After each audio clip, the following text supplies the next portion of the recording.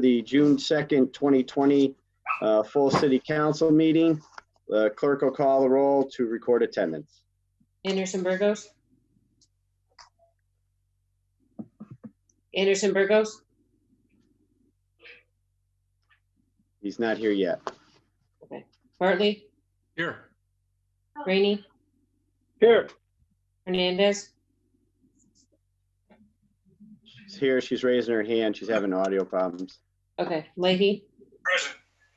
LeBron Martinez. Here. Lisi. Here. McGee. Here. McGivern. Here. Murphy. Here. Sullivan. Here. Tallman. Here. Bacon. Here. All right, with that, we will turn to the agenda. Motion to take one off the table. Item 1 to take off the table. It is from the city clerk and our city administrator, Ryan Allen. The minutes from the February 4th, 2020 meeting. Receive and accept. Second. Motion is receive and accept. There's no changes or anything.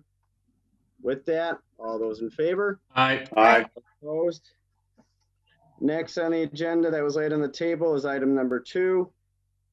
Motion to take off the table. Second. Second. Motion was to take off table is seconded. This is the Committee on Finance was referred in order that in accordance with Mass General Law, Chapter 44, Section 53A, the City Council hereby accept the provisions of the Barr Foundation Clean Energy Transition Grant 19-08201. Motion to pass the second reading. So a motion is to take off table and pass the second reading. Is there a second to that? Second. So under discussion, Councilor McGivern. Thank you, Mr. President. At our last meeting, we passed the first reading for the Barr grant. I think it's a long history, and I don't believe I have to recap everything, but I'll just get some quick highlights. It's a $275,000 clean energy future grant that is to hire a project manager with experience in the area of energy transition. The idea is to do an analysis of the city of Holyoke and to look at ways of better using green energy, better looking for ways of conserving on energy that we use now, and to be able to provide this data both for the city and the Hoyoke-Casson Electric Department and anyone else who needs it to use in the future. We asked Barr to not have us use neighbor to neighbor as the reach out source, even though they get no money from the grant. They are mentioned in the grant. Barr Foundation itself negated on changing any of the criteria within the grant as it pertains to neighbor. We do know that Barr Foundation has been around for well over 20 years now. They're one of the larger foundations in Massachusetts and probably outside of New York on the East Coast itself. They are very generous with the money that they give out. This is a generous grant, and we do believe that the use of the grant could be very beneficial to the city itself. Again, I know we had a lot of conversation on a number of different things about this, but that's the highlights. The original committee recommendation on a 3-2 vote was to deny the grant. The city council on a 7-6 vote passed the first reading, and it's on the agenda tonight for the second reading. Anyone further? I'm looking at the side. Councilor Murphy, I see you raising your hand. Just remember, there's 2 ways I'll look. Is the right-hand side of my screen, I can see the blue hand pop up, or if I see you, I'll just yell your name out. So Councilor Murphy. Yeah, thank you, Mr. President. Again, after the last meeting, I reached out to Shannon Cleveland from the Barr Foundation because, again, my view is that this partnership would work far better. The grant would be far more effective if Hoyoke-Casson Electric was a full-time partner. And basically, I just asked if in fact that could be a possibility. In the reply, 2 things. Number one, it appears that based on the comments that I got in this reply that they've never been asked to have Hoyoke-Casson Electric as a full-time partner. And I was under the impression that the city had in fact asked, but I do want to read a few things that I think relate to what they're saying. And one paragraph, and I'm going to quote, "The grant agreement language is always developed in partnership with the grantees who are receiving the funds and responsible for carrying out the agreement. And I haven't received any requests from staff at HG&E to be added to the grant agreement. We certainly agree that HG&E is a critical partner in this work, but I cannot unilaterally add them to a grant agreement after it had already been approved by the Board of Trustees." Second paragraph, "If it helps at all, we agree that the ultimate proposal or plan resulting from the grants to the city of Holyoke and neighbor to neighbor will be most effective if developed in close coordination with HG&E. And with those comments, again, I suggested it before. It certainly appears to me that if the city requested HG&E to be a formal partner in this process with some active participation and potentially rather than the planning department, that the Bar Foundation would really consider that. Somebody. Yeah, Ryan, can you mute? There's a background of some type. Okay. Thank you. Go ahead, Councilor Murphy. Yes, thank you very much. So again, I've said I can support this as long as there's a full partnership, and I just right now do not see a full partnership. But after receiving this email, I certainly feel like the Bar Foundation would be willing, and I know we've been told they would not, but by this email response, it appears to me they really have not been asked to. So again, I would hope that we would table this and ask the mayor and the G&E to work together to become a full partner, so that we have a report that comes out that is going to have an impact, a suggested recommendation impact on our energy use, but it's going to have economic impacts on our residents and businesses. And I think it would be far more effective and far more unifying if all parties were working together. Thank you. Councilor Tallman, I see your hand up. Yes, thank you, Mr. President. I really have a difficult time on this grant. Last week, I actually voted in favor of this grant. But since then, in the past 10 days, I have talked to several residents.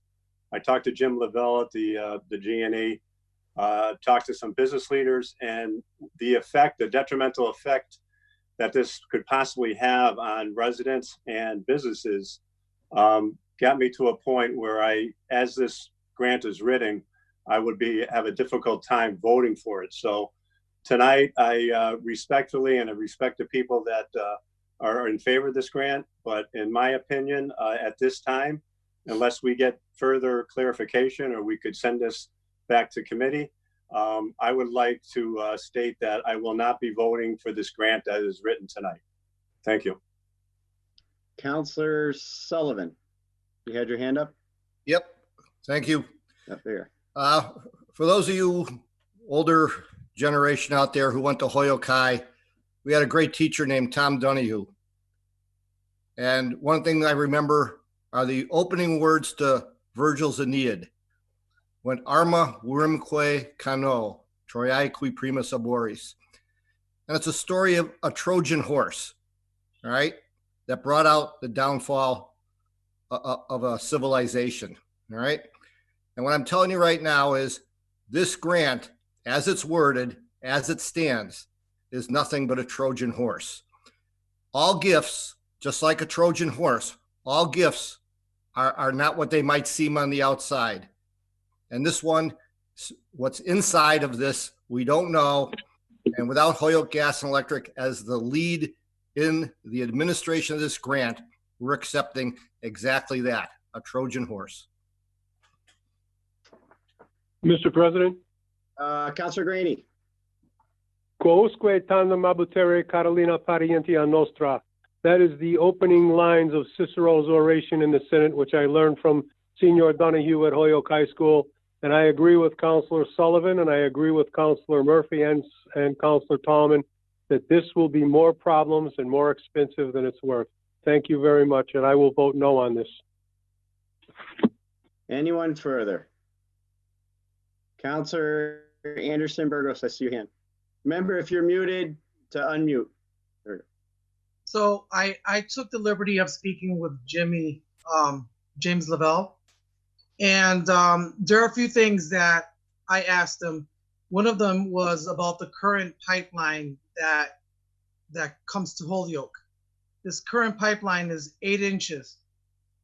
That pipeline allows currently at max 19,000 decatherm, right? So 19,000. And there are some plans to reduce the amount of decatherm that's coming to the city right now. And that is going to lead us to 2030. And it's going to be by 26% that they're going to be reducing that, or trying to anyways. And here's why. If we have a pipeline that's 8 inches coming into the city that only allows 19,000 decatherm, then that means that if the city wants to go ahead and bring in more businesses, create more residential space, then we do not have the supply to meet the demand, which means then now we have to think outside the box, which means we have to start by looking at other options, right? And so do we want to help and aid that, seeing if there's other options? Of course we do. So this, and I read the proposal. There's 7 pages. I don't know how you guys are reading it, or whoever's having trouble reading it, but I don't see an issue with it. And I spoke to Jimmy Labelle, Mr. Labelle today. I said, James, I want to work with you. I advocate HG&E. I thank you for your service, and you are part of Holyoke. You're part of us. I would advocate for you, but I need you to tell me right now if there's any concerns I should have, not only as a resident of Holyoke, but as a city councilor, because tonight is a very important night and we have to take a vote. Are there any concerns that you may know of that I should know so that way I can vote tonight? And he said, no. He said, no, there isn't. So, and then I also spoke to Marcos, right? And I said to Marcos, I was also worried about the project manager. If HG&E is not the project manager, then I need to make sure whoever that project manager is going to work and help aid HG&E for all of Holyoke. You know what he said? Marcos said, I am the project manager. I'm the project manager. So I trust in Marcos and I trust in Jimmy Labelle. I just don't understand where all of this, it sounds like misinformation and scare tactics that is being used throughout the community. Because I've received a lot of emails, I've received a lot of calls, I've reached out back to these people, and I explained to them, this is something that is blown out of proportion. It's just money, a grant coming to the city to help us aid and prepare for the future. That is it.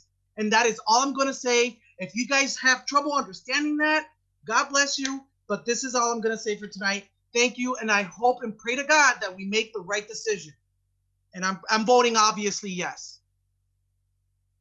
Any further discussion? Councilor McGivern's hand is up. Councilor Hernandez, I see you. It'll be Councilor McGivern, then Councilor Hernandez. Thank you, Mr. President. I spoke to a number of members in the business community and a number of residents who reached out to me. And there is a lot of concern about this grant out there. However, when you speak to them one-on-one and talk about the particulars, some of what they're understanding is different than what the actual facts are in the grant. I've heard some people speak against the grant this evening about how detrimental it's going to be, but I haven't heard what is going to be detrimental. You know, this is not going to, whatever the results of the grant are, is not a mandate to the gas and electric. Gas and electric is one of our premier assets that we have as a city. We have some and great low gas rates, some great electrical rates, and wonderful customer service in terms of taking care of business, especially when you have problems in your home. I haven't heard, I heard the arguments, but I haven't heard the details that say this is going to cause a major problem for the gas and electric. Is there controversy? Yes. Is there controversy with neighbor to neighbor? Yes, I get that. but there is a project manager that needs to be hired, yet to be hired. What I think, and I heard this through the community through some conversation, is one of the things we can ask the mayor to do, the city to do, is to set up an advisory committee with business leaders, members from the public at large, a representative from the gas and electric, a representative from the city council, and so on, from the mayor's office, and to help select the project manager itself, and to help make sure that the goal of the grant is what it should be, and that's to help us in these difficult times. We are losing natural gas. It's not Holyoke's fault. This is a countrywide issue. It's a Commonwealth of Massachusetts issue. We have a moratorium on gas, not because we don't want to sell gas to new businesses and new home builders, but because we don't have enough gas to sell. Like I said at the last meeting, it'd be nice to find ways for the people who are currently using gas to conserve the energy they use, freeing up energy to use for other new consumers. That's just one part of it. I think Councilor Murphy, I thank you for reaching out. That's interesting. I read the email. I think we all got a copy of it today. Very interesting what the representative of the Bar Foundation said. She right away said that she thought that gas and electric was part of this from the get-go. And if you remember what Marcus Morrow has told us, the gas and electric is an important part of the discussion, is an important player in the grant itself and the purpose of the grant. I think we all agree. Why isn't the gas and electric the lead on this? They can't be the project manager because you need something a little bit independent to do the study out there, but they certainly could be a lead. So I would suggest we do two things. Councilor Murphy's, reaching out to the mayor and with his suggestion, and also reaching out to the mayor with my suggestion about forming a committee. And I think the business community would be happy if we formed a committee and they knew more about who the project manager was going to be and what the real scope of the project could be. I heard things like, this is going to destroy the gas and electric. Gas and electric is set up by state statute. It is set up, by the city of Holyoke through the state. It cannot be dissolved without the commission, without the city council, the mayor agreeing to dissolve it. They cannot even sell property without the vote of the city council and the agreement of the mayor and the city of Holyoke. And of course, if they have to bond, if they need to bond, they have to bond through us. The only time they can buy property is for when they need something for distribution of their products. So it makes sense to me, if everybody's willing to give the mayor a shot to set up that committee, give the mayor a shot to do something with with Councilor Murphy's suggestion, and maybe there's other suggestions that we can do.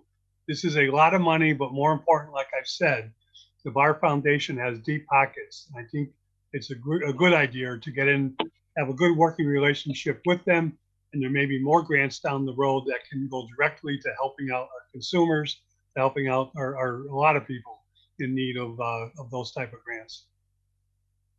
Councilor Hernandez.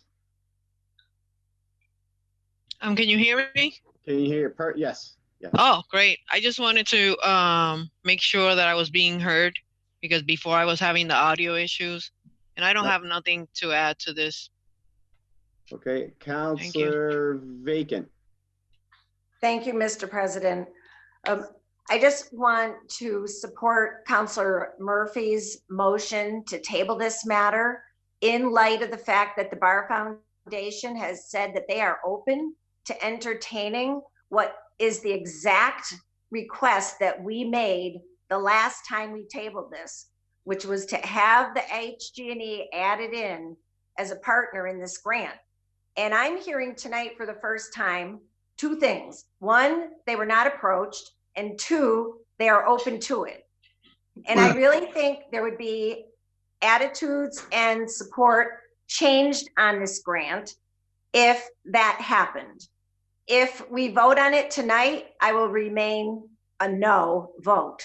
If we table it and we are able to bring into the grant the partnership as we've stated, then I would be much more open to supporting it.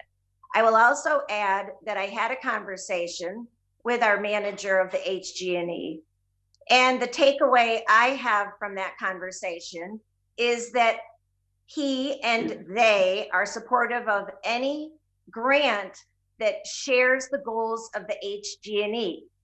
However, one of the stated goals, as Mr. Bloomberg clearly stated at one of our meetings, is to eliminate gas. And that is clearly not in keeping with the goals of HG&E, who are trying to redo the pipe so that we can increase the flow of gas to the city. Our mayor is opposed to this, and he has come out publicly and stated such.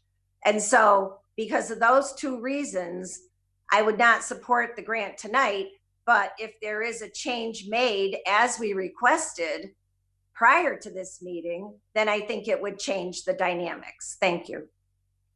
Now, Councilor Murphy, you didn't make a motion, just so I'm clear. I don't always hear talk. You make a motion yet. You said you would think about tabling it, and then you went on your giving the information. Okay, just making sure. So, Councilor, and the only reason I did it because I'm still going in the queue of people. If there's a motion to table, you have to stop debate. Not a motion yet. So next in line is Councilor Lisi. Thanks. I just wanted to, I think at the end of the day, I'm going to support Councilor Murphy's, I guess, intention to table, because I'm really confused about how there's so many conflicting messages. I think that, I mean, I heard just before that Councilor Anderson-Burgos had a conversation with Mr. Labelle, and they seem to be supportive. And I would like to hear more from, Councilor Tallman, like where the opposition is. All of the letters of opposition that seem to be generated from the Taxpayers Association seemed really inflammatory and really weren't looking at the goals of the grant. And I circulated the grant language to everybody who wrote to me, because it's really simple. It just says they're going to develop a plan that will eventually eliminate the use of gas. And from what I understand, the short-term goal, because we only have gas infrastructure, natural gas infrastructure, yes, the short-term goal of the G&E is to expand the pipeline and continue to allow the city's residential and commercial sectors to grow. But from what I understand, the long-term goals of the G&E are that they want to reduce the natural gas and fossil fuel consumption that they're using by about 30%. So I think, people are picking and choosing to some extent what they want to focus on, and people are picking and choosing, when some of these goals come into play. I think we need to just get, in my opinion, not just the G&E, but Jim Labelle at the table to speak to these matters. And I know that he, he's a fairly apolitical animal when it comes to, these issues. He doesn't like to get involved, but I think we need to hear from literally the horse's mouth in this case, how he sees the grant. And also in this letter from the Bar Foundation, I mean, when I read this, it says, in my initial meeting with the mayor's office and the G&E leadership, including Jim Labelle, I understood that the HG&E was and is a full partner in this process through its role as the municipal utility, and that the G&E are receiving pro bono consulting to support their portion of the planning and technical analysis. So it's like they're actually benefiting in a big way from this partnership, and they're perceived to be a partner in this grant arrangement. Are they named in the grant? No, I don't think that they necessarily need to be named as a partner in the grant when they are the municipal utility that is going to be impacted by the grant and its objectives. So, I mean, at the end of the day, I think if we can get more support by getting Mr. Labelle in before us to speak directly to some of these conflicts that seem to be coming up, I think we would do well to move everyone, or at least more folks forward, if we could hear from Mr. Labelle directly about how he understands the G&E's role to be presently, and if we need to request a more affirmative statement of their involvement. But to me, it's pretty plain and clear how everything lines up, in that they're perceived to be a partner. There's no, excluding them because they are the municipal utility. They have short-term goals. They have long-term goals. This grant is helping them to realize the long-term goals. And those are goals that we share with, the environmental justice community. So I think I'm going to be siding with that motion to table so we can do more. Right. So Councilor Leahy. Yes, good evening, everyone. How are you all tonight? Good evening, sir. Great. So basically what it comes down to, at least in my opinion, is, first, I think it's interesting that people are saying that there's a lot of misleading information going on. And there certainly is. At least, when I get information from the taxpayers, it's very nice. There's no threats involved with that, opposed to some of the other emails that I've received from other people. Also a lot of commentary as well. So I kind of find that interesting. All right. So the bar, they said they haven't been approached by the gas and electric, or they haven't been spoken to about that. So I'm going to go along with tabling it as well. And I'm going to want to see Mr. Labelle, Jimmy Labelle. I also want to see a representative from the Bar Association. Also a representative from neighbor to neighbor to come in. We haven't heard anything about their experience in doing this sort of thing, any technical work. At the end of the day, if we're getting rid of gas, what are we going to move to? Nuclear? I doubt that. Are we going to move to solar? I don't think so. We're trying that now, but we don't have enough room to do that. Are we going to do wind? Well, it didn't work out too well in Montana.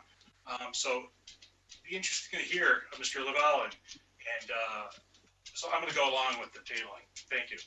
All right. So just so we're all clear, Councilor Murphy suggested he would look to table it. There was no motion yet. Councilor Murphy, are you making a motion? I will make the motion that we table it, bring it back to the Finance Committee, and Well, and make it, Hold on, No. wait. The yeah, I'm sorry. councilor I'll hold off. I'll hold Councilor off. speaking. Councilor Murphy, Sorry, you Councilor have Bartlett. the floor. You have the floor, Councilor Murphy. No, I'll give it up. Don't worry about it. I'm all set. What I'll was your hold off- motion? I'll hold off on my order, on my Okay. proposal. Councilor Bartley. yeah, I just want to make sure that we understand the terminology. And I heard some amazing comments tonight, and I'm not going to respond to any of them. But Terry's right. If he wants to table it, you're tabling it right here in City Council.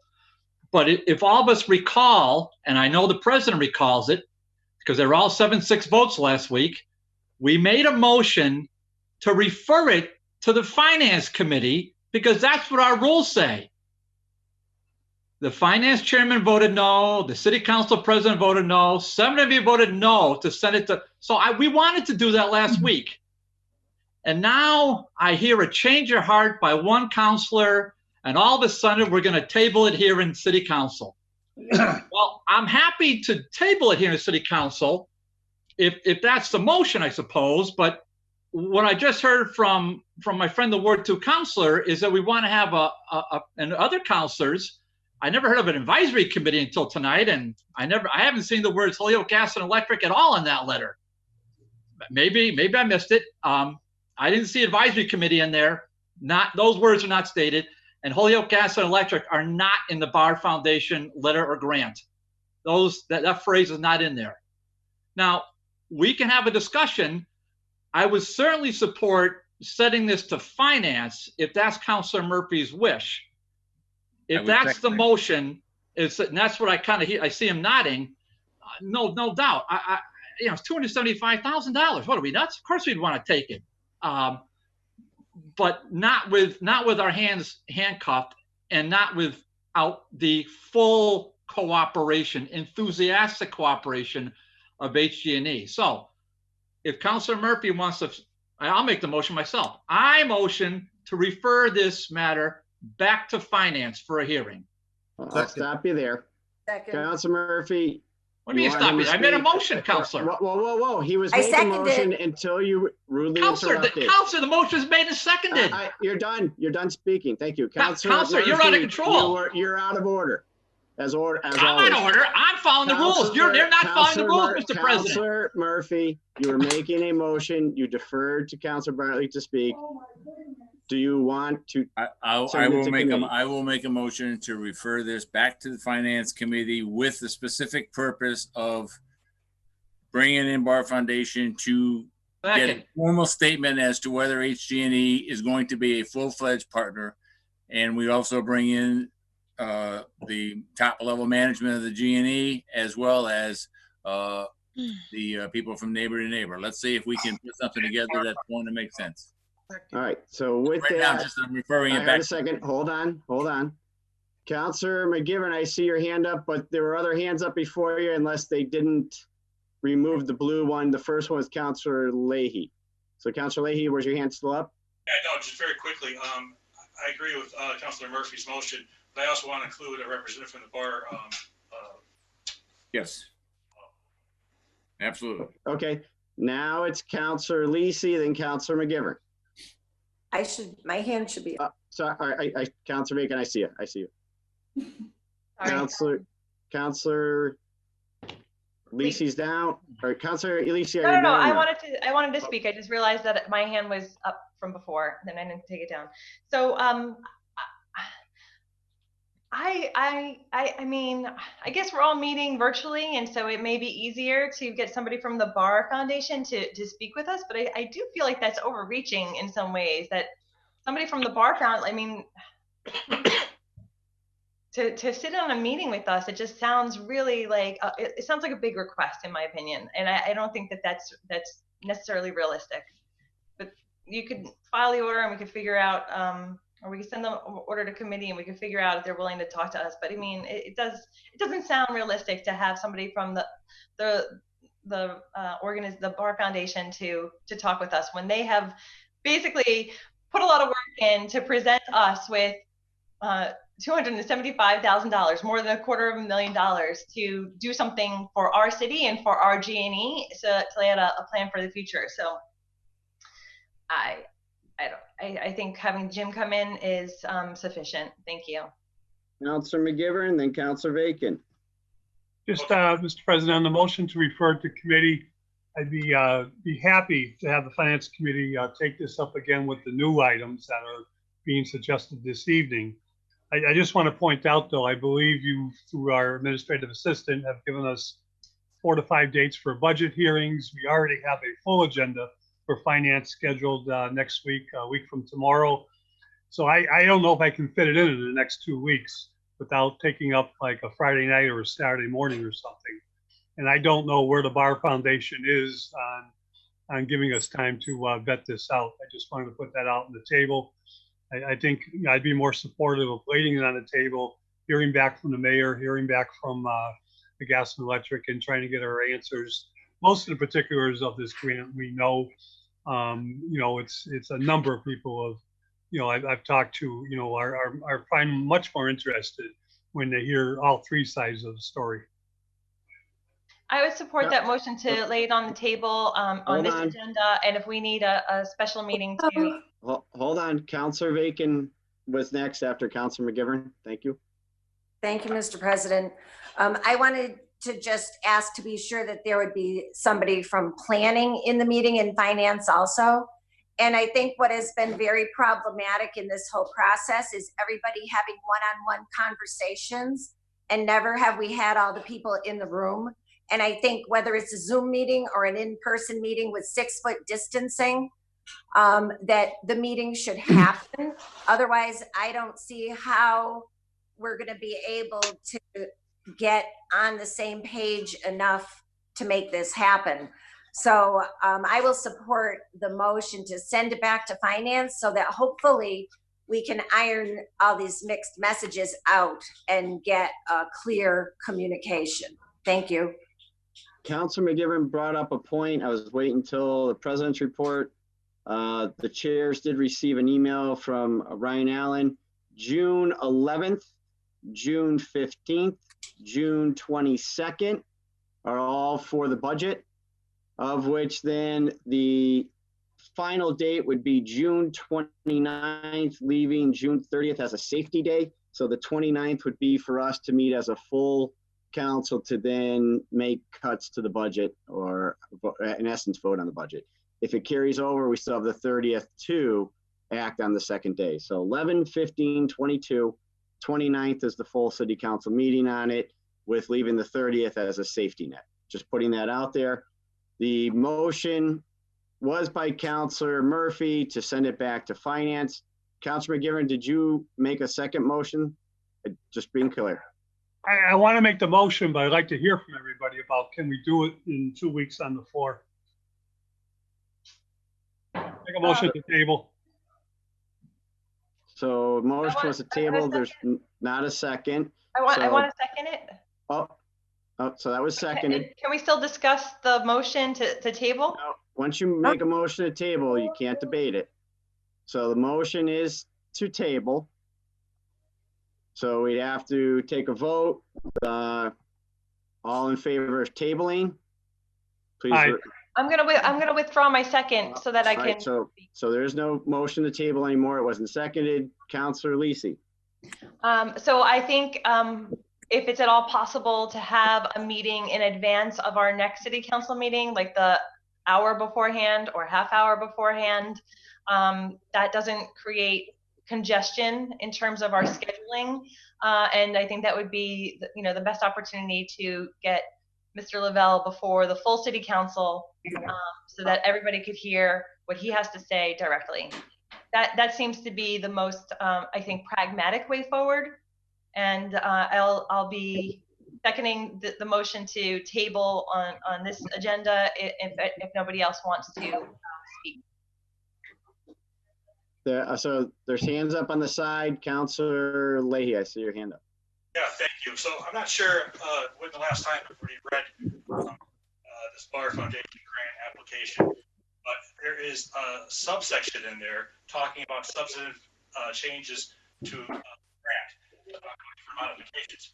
We have a contact person, Ms. Shayna Cleveland. So to say that we can't speak to somebody from a grant, I find that I just think that the fact that we can change anything we want as long as we get approval for it, and that's clearly written in the grant approval. Granted, you have to approve the grant before you do that, but having a conversation and indicating our needs and our wants is not, it's not something we can't do. Thank you. Councilor Tallman, I see your hand up. Yeah, thank you. I believe that I'd love to have some more answers. I'd like to have Jim Labelle, somebody from planning development, and also someone from the Bar Foundation. I think Councilor Lisi made a good point to try to have the maybe a half hour to an hour before our regular meeting in 2 weeks to get some answers, and then we could just take care of this issue before the summer hits and before it gets delayed. I'm not in favor of laying on the table. I might be the one at fault for making this go on and on because I had changed my position, my vote, but I felt I had a right to the constituents and the business leaders of the community. So my motion would be to also go along to send this to a finance committee so we can get some answers and to try to put this to rest one way or another because it is quite a bit of money. I hate to lose out on that, but I would like to hear from the players, the important people in this in the community to get the real input that each individual counselor needs to hear. I think we've all taken our own steps in talking to people, talking to Jim Labelle, or talking to community leaders, or our constituents, our neighbors. Everybody took a different take from maybe what somebody had said. It's easy for everybody to take things differently out of an interview with a person one-on-one. But if we all can hear it collectively in the same time, on the same evening, I think that would be beneficial to the council to make our decision final. Councilor Bacon, I still see your hand up, or is that from? Oh, Yes. Okay, sorry. Go ahead. Sorry. Thank you. So I would also request that the planning folks provide us with documents of their communication with the Bar Foundation relative to the HG&E and them being a partner in the grant. And I've dealt historically with much smaller grants, and there was always a representative from the foundation that interacted with the organization that I was involved in. I think it's pretty standard practice for foundations, particularly with larger grants. And I would suggest that we start the meeting at least an hour before the city council meeting, given what happened the last time we tried to do it in short order, and we ended up starting very late for city council. Thank you. All right, so Councilor Murphy, I see your hand up. One last comment, and then this originally was, the date for the grant was December of 2019. So we're already 6 months behind.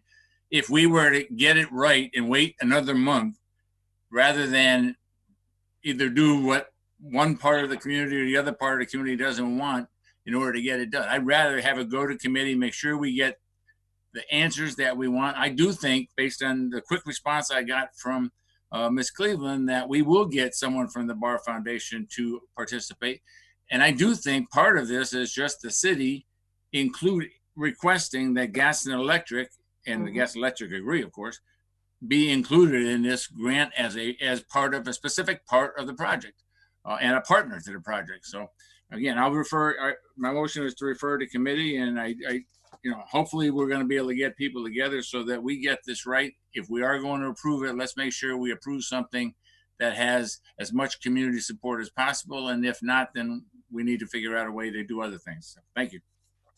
All right, so I know hands are up on the side. I'm not sure if they were not taken down or taken down. So hands still up. Councilor Lisi, for the third, it'd be the third time. So motion be suspend the rules. So I'll speak third time. All those in favor? All those opposed? Aye.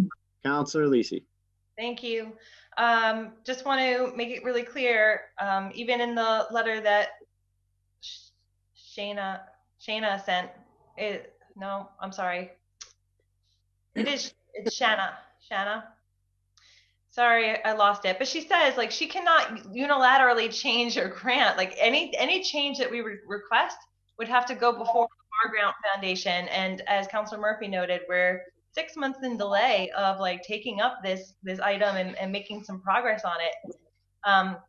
I think there's a real risk that we are going to lose the money if we think we're going to have a conversation with Bar Grant and ask them to make a change that then would have to be approved by their board and then come back to the city. What we could do with the representative from the Bar Foundation when they speak with us next week, if they're available, is perhaps ask for some clarification as to how they understand the relationships playing out alongside, Jim Labelle. But to think that we're going to change anything in the grant seems really just far-fetched. Thanks. Council Leahy, is the hand still up, or is it? I suppose a response. Not sure how often some certain councilors work with grants. However, changes are made all the time with grants and proposals. That's something that's done in business quite a bit. No one said that she's the one responsible for making the changes. She's our contact. So I'll just leave it there. All right, so the motion on the floor is to send to finance to potentially take up on the 16th, I believe. Motion to table. 6:30. Motion to table. There's no second. So back to original motion, which second is for what? Second. Oh, so 1 second. So motion was to table it. To bring it up the hour before our next council meeting. All those in favor? Aye. All those opposed? No. Ask for a show of hands on the screen. All those in favor of tabling, please raise your hand. 1, 2, 3, 4. I only see 4. 5. Sorry, Gladys, I see 5. I'm sorry, can I ask a quick question though? On the tabling? Yep. And the tabling will be to table it and bring the people forward to kind of answer questions, or? The motion on the table now is just to table it. Now, they're going to look to try and take it up on the 16th, but that will have to be, we'll have to call for a special meeting for that, or call for meeting on that. Or it can go to finance, of which I think the same theory is to take it up on the 16th, an hour before the 16th. Sure. Okay. So, Okay. but tabling will allow us to bring the people before is my question. Both will. I'm pretty sure both will. You're requesting both. Okay, thank you. All right, so motion had 6, so it fails. Counselor Murphy's vote was to send it Just a to point of finance. order, Mr. President. Oh, who were the 6? I had, can you put your hands back up? I can't remember them all. I have Counselor McGivern, Counselor Hernandez, Counselor Lisi, 1, 2, 3, 4 is Counselor Anderson Burgos, and Counselor Martinez. So that's 5. Sorry, 1, 2, 3, 4, 5. Sorry. 5. Thank you, Mr. President. Motion With refer to that- Finance Committee. Motion back to Counselor Murphy to refer to finance. All those in Counselor favor? Bartlett, whatever. Aye. All those Aye. opposed? No. I have the ayes would have it. Counselor McGivern, did you have a question or? Well, just a reminder, there's unlikely that we're going to get this back out by the 16th. But if we can get a special meeting around the 23rd or the 30th, I'll do my best to get it back out. Thank you, Councilor McGivern. Thank you, Mr. Chairman. All right, so with that, we're off to public comment. I did receive one email through the public comment portal. Dear City Council, please do not vote to end the use of natural gas in the city of Holyoke. The one thing we have going for us as taxpayers and to attract business is the low cost of utilities. The schools put the nail in the coffin, and this would seal the lid on the vault. Patty Kavanaugh at 64 Cherry Hill in Holyoke. The one email we got through the portal for public comment. With that, it would be on to communications. 3 is from the mayor appointing Jeffrey Trask to the Emergency Management Director effective May 11th, 2020. I do believe there's something in public service. Councilor Leahy. Yeah, I guess at this time, could we also take out the item out of the public service jacket and confirm the mayor's appointment? All right, so we'll take up 3 and 27D as a package. Suspending the rules. All those in favor? Aye. Opposed? 27D, the Committee on Public Service was referred. The mayor's appointment of Jeffrey Trask to serve as the Emergency Management Director for the City of Holyoke recommended that the appointment be confirmed. Councilor Leahy. Thank you. So I'll make a motion that it be confirmed. And, having said that, we had him in on the Zoom call and he did a fantastic job. A couple of things I didn't realize about Mr. Trask is he's been working with the city all along and helping the city with what's going on in room 1 with all the information that we're receiving. He had said he has such a background in this sort of thing. Right now, he's doing a very similar position full-time for ISO New England. And we all know ISO. He's a very knowledgeable person. He spoke in great detail.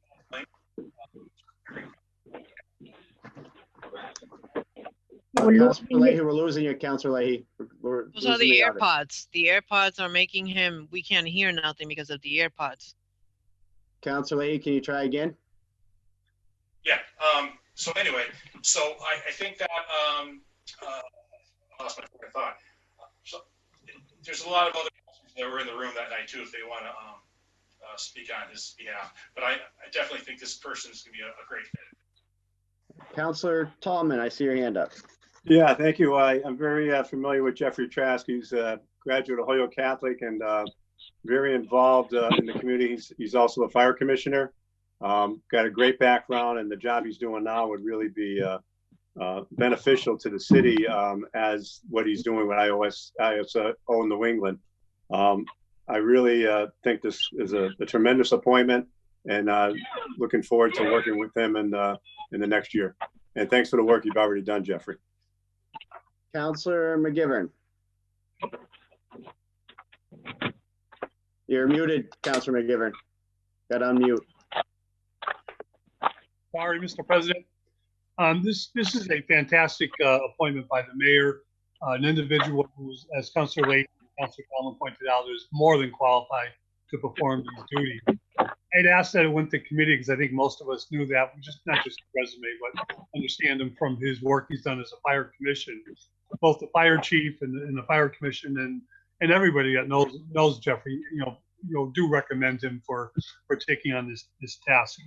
The fire chief and the chief of police said there's no way under these times could they handle the emergency management director position. Often it doesn't involve what it does.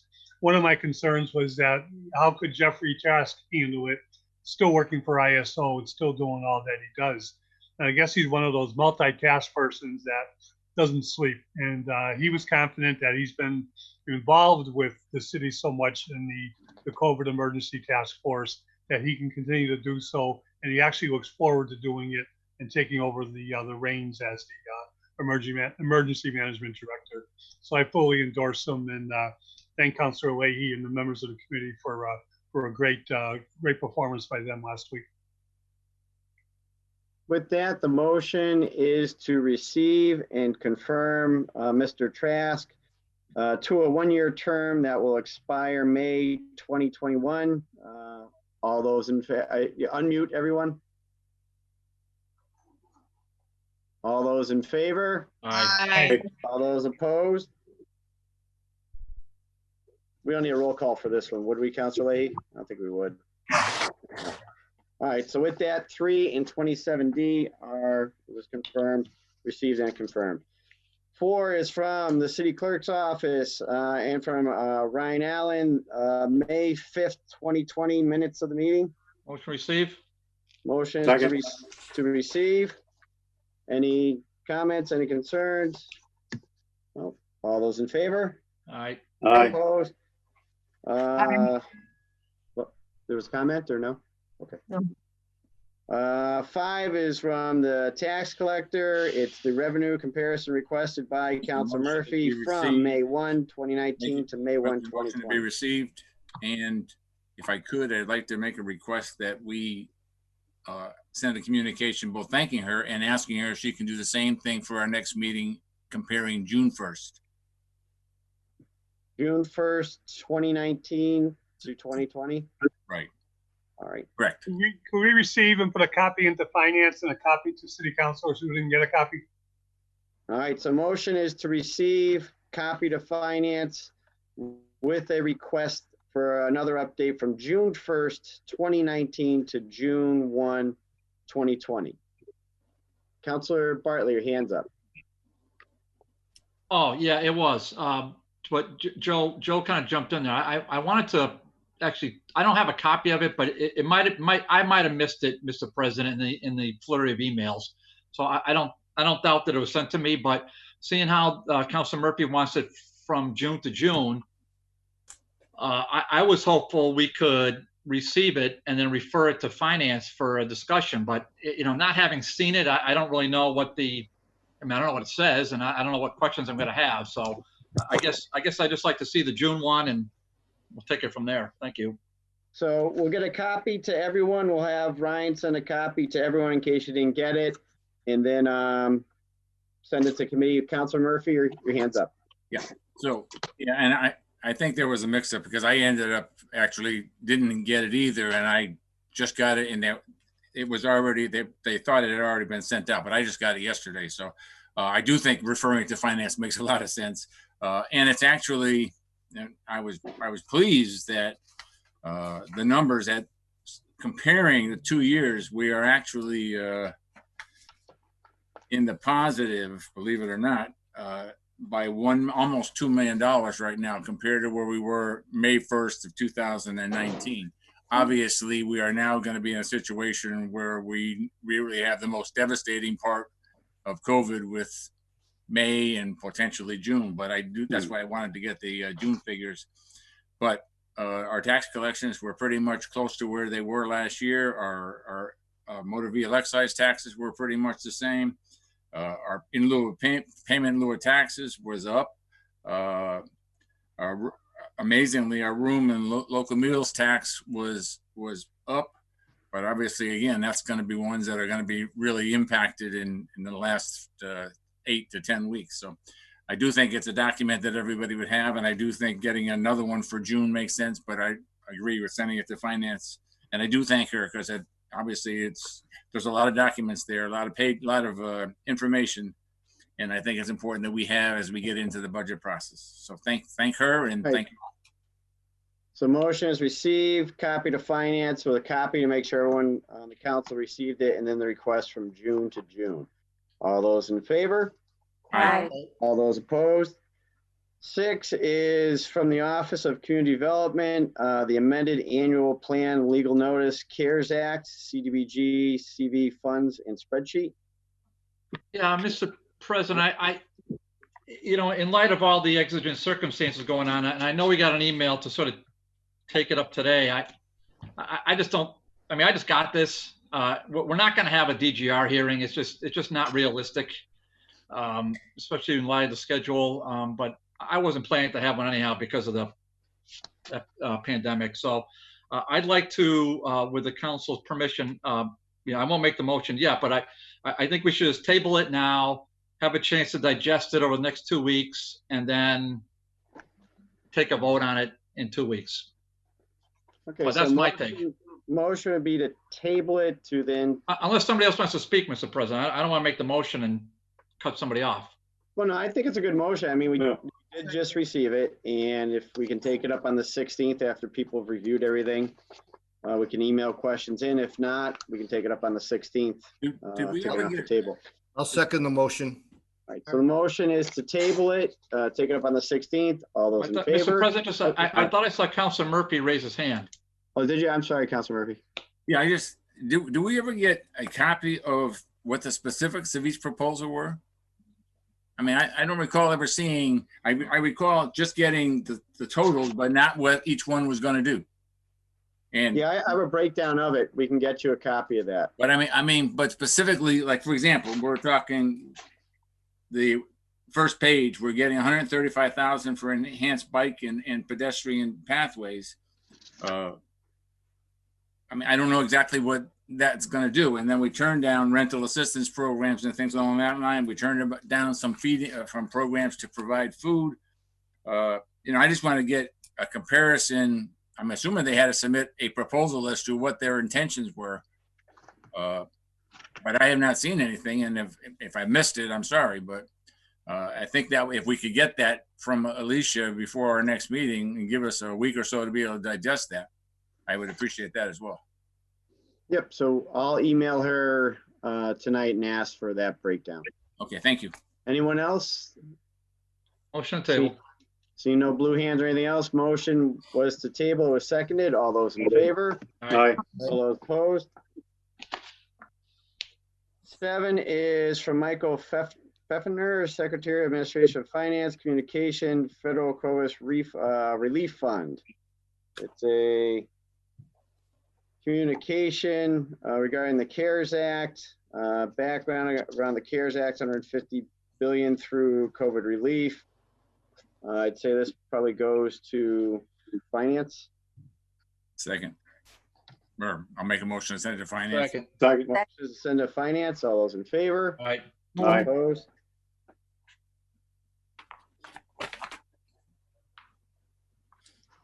Eight is from the Attorney General. It's an open meeting law complaint.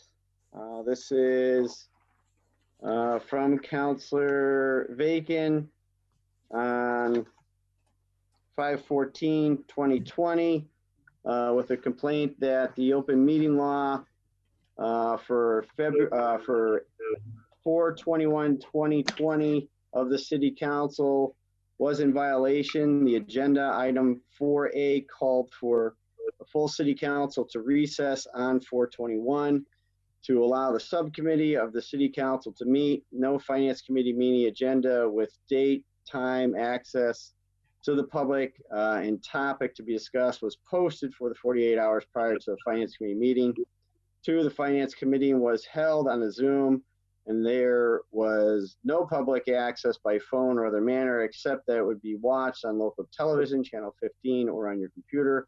There's no ability for the public to participate in the committee meeting as would be possible in the chambers. However, certain individuals were given special access by invitation to a Zoom meeting with access numbers provided. It was a topic of high public interest, a statement of interest regarding building new schools with financial questions remaining unanswered. Subcommittee discussed very limited. The apparent goal is to move the matter to the full city council. It should be noted that the city council rule allows the city council to remove the item from subcommittee by a 2/3 vote. 9 votes was ignored. There was no time constraint because the SOI was not due to 5/6/2020. The finance committee could have met on 4/21 and 5/4. The next regular city council meeting was held on 5/5/2020. This meeting did not meet the open meeting law required for public access under Mass General Law, Chapter 30A, Section 20, Mass General Law, Section 39, including 23A and 23B and other applicable sections of the law. Councilor Bacon. Thank you, Mr. President.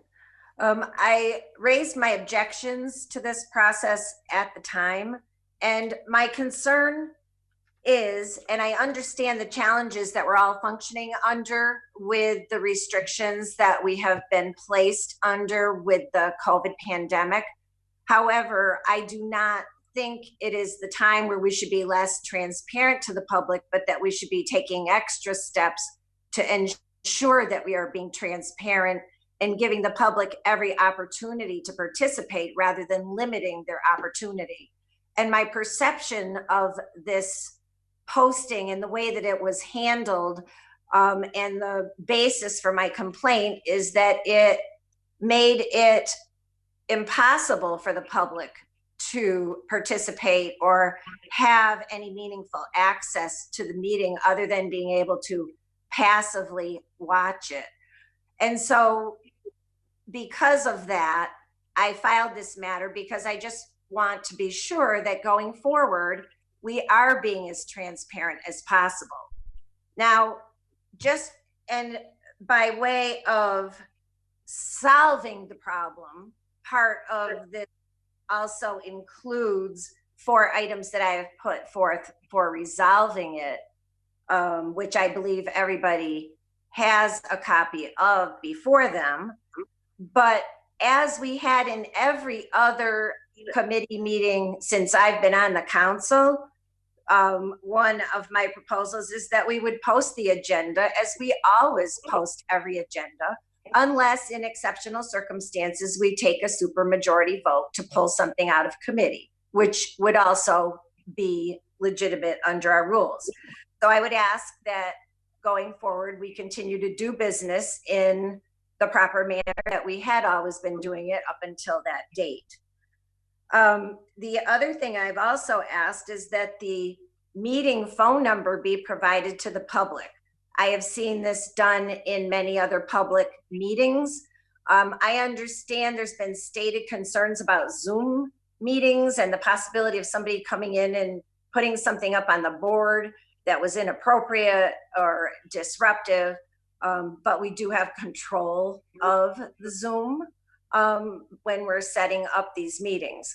But I do think it could also potentially be solved by putting in the phone access number, which Councilor Greenie uses to call into the meetings. And I believe, and I'm not an IT person, but I believe our moderator can control the access of the people who are on the phone or otherwise accessing the meeting, so that if we suspended the rules, people could participate as we have done in the past. I think it was particularly troubling that certain people were invited that were of one mind on the matter, and anyone who might have been of another mind on the matter had no ability to communicate. So I would encourage us to do that with our postings. It's very easy to put the access number on the agenda, and I think that that would help. The other thing I would advocate for, we are seeing people out in large groups. We are seeing restaurants in Connecticut open. We are planning shortly, as I'm understanding from our governor, to have outside dining opening here in our state. And so I would like us to seek and find out as soon as possible which phase our government meetings would be considered to be in. I did bring this up in the past that I think it would be reasonable and safely possible for committee meetings to meet. There are usually 3 to 5 members of a committee. I've never seen 13 members of the city council show up at a committee meeting since I've been on the council. And I think we could set up our council chambers in a way where the 6-foot distancing could be accomplished and people could wear masks to otherwise accommodate somebody walking by them, if there might be the incidental exposure, perhaps. And in terms of holding public hearings, as we are all doing in stores and different places to maintain the social distancing, we can very easily mark out our hallway, the benches, with 6-foot distancing, allow people to come in safely to a microphone and accomplish the work of the business of the city and our constituents in a public and transparent manner, ensuring their access. So I'm not sure where our type of activity falls in the governor's phases, but I think that would be something that we could very easily ascertain. And I would encourage us to do that as soon as safely possible. And I would also agree under 4, in terms of another action, if there's a person with underlying medical, significant health concerns that would feel placed unduly at risk in the room, I think there would be room under the governor's changes relative to the temporary open meeting law remedies that he's made that would allow a person in that category to continue to participate remotely for their public safety. So those are the solutions to the problem as I see it that I would put forth for consideration by the city council. Thank you. Councilor Lisi. You're on mute. There you go. So I was just wondering, because there was a committee of the emergency management group that created a document for how public meetings and public hearings should take place. And one of the recommendations is that we do publish our agendas with the Zoom access, and that we create a waiting room for people who are not actually participating in the meeting. And I just wanted to see if we could get a status update on how or whether we are implementing that policy at this point in time. Yep. So when this all started, we did not have the ability to do a forum or public access in that sense of calling in. By the 21st, which would be 4/21, we were establishing an email account to allow people to email into at that point in time to try and get some type of public comment going. It is now, from my understanding through Ryan and Scott at Holyoke Media, that we can set up, or they have set up, a waiting room, as they call it, to allow people to call in. They can monitor it that way and then funnel the calls into it. We were going to have that tried or launched on June 9th at an ordinance committee meeting, of which that has been canceled due to some timing issues on posting. So from my understanding, it has been implemented or established. It's just now we have to, we're going to give it a try on June 9th to see how it worked through a committee meeting. And then for the public comment at holyoke.org email, are we monitoring that to see if people had public comment for this evening even, or? I read one that we did receive. Ryan is tracking that. I did receive one during the week. It was more not of a comment, but of a street issue, of which I've called in to test that one. But that's the only 2 I've received. One was a forward from Ryan. The other one was it came through into the portal to me, and we took care of that as, in essence, just calling on the street issue. But that's the only 2 that we received at this point in time. So if there was a public comment sent in, is that something that we get to hear, or how? I read it. I read it tonight. I set up public comment, received And I'll pull it back up.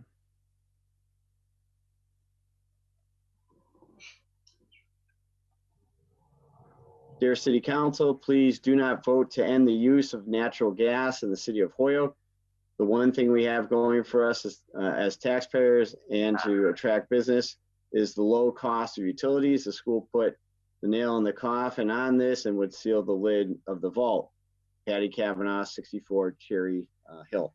So that one was read into the record as a public comment when public comment came up. Okay.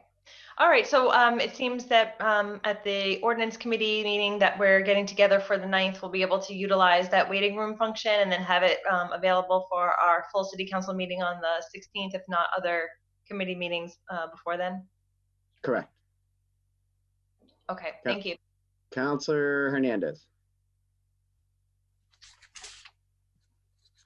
Yes, I just wanted to say that one of our constituents, Miss Laura Clampett, she sent her public comment, but she sent it to the yahoo.com public comment, and we just received it, and she is, was wanting for her public comment to be read tonight. I don't know if you received it, Mr. President.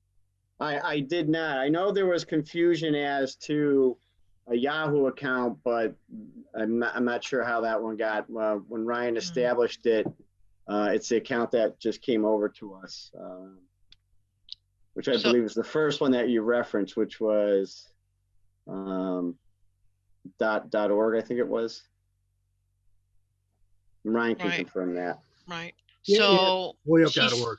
Yeah, Holyoke.org. Okay. Here we go. So Ryan, I know that you have the email. So she states that if it can't be read tonight, that she would like it to be read as soon as possible. It has to do with the Bar Foundation grant. It can be. We just got it. I'm looking at my email now, Todd. So you should have it as well, I believe. From Laura Clampett, public comment. I'll say, because I came in at 8:14. Oh,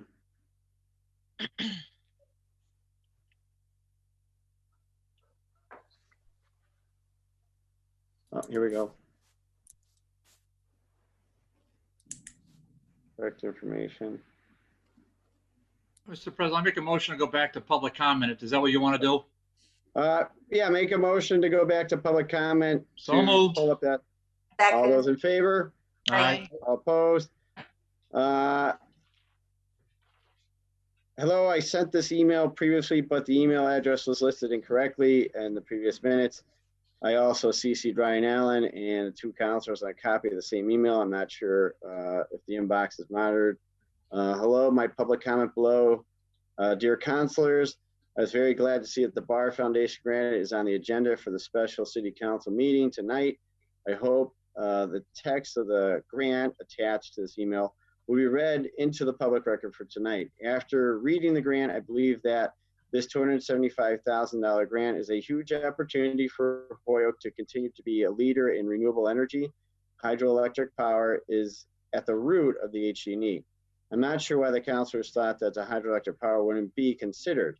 It doesn't seem any language in the grant that specifies how the outcome of reducing fossil fuels energy would be obtained. This grant is open-ended and in respect and calls for citizen engagement. This is a chance for Holyoke to once again be a leader in the energy industry, returning to the history of the falls and the canals, help build our city. Holyoke was one of the first planned industrial cities. We have the potential to become one of the first planned green cities. In addition to improving transportation planning and increasing sustainability, produced energy, I can see this grant tackling trash problems in Holyoke. Plastic is made from fossil fuels and would reduce our plastic use. We could reduce our fossil fuel consumption as well. Reducing trash would help improve Holyoke's image and make it more attractive location for new businesses and for visitors entering businesses. Supporting local business is also a sound decision from fossil fuel perspective. The more a product, the much traveled to research the consumer, the more fossil fuels utilized.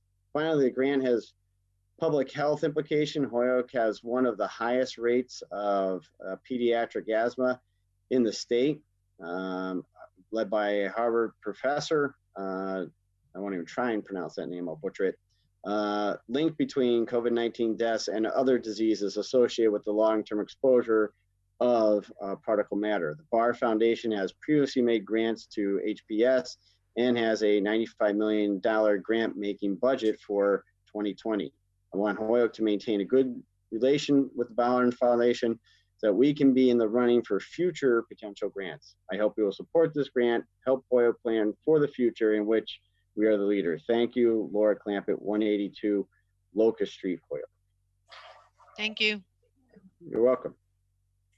So we try and get those for public comment. Obviously it came a little bit after, but that is fine. I do believe, we'll confirm with Scott again, it runs across the TV. Maybe someone can confirm that the website or email should run across the TV to give people that access.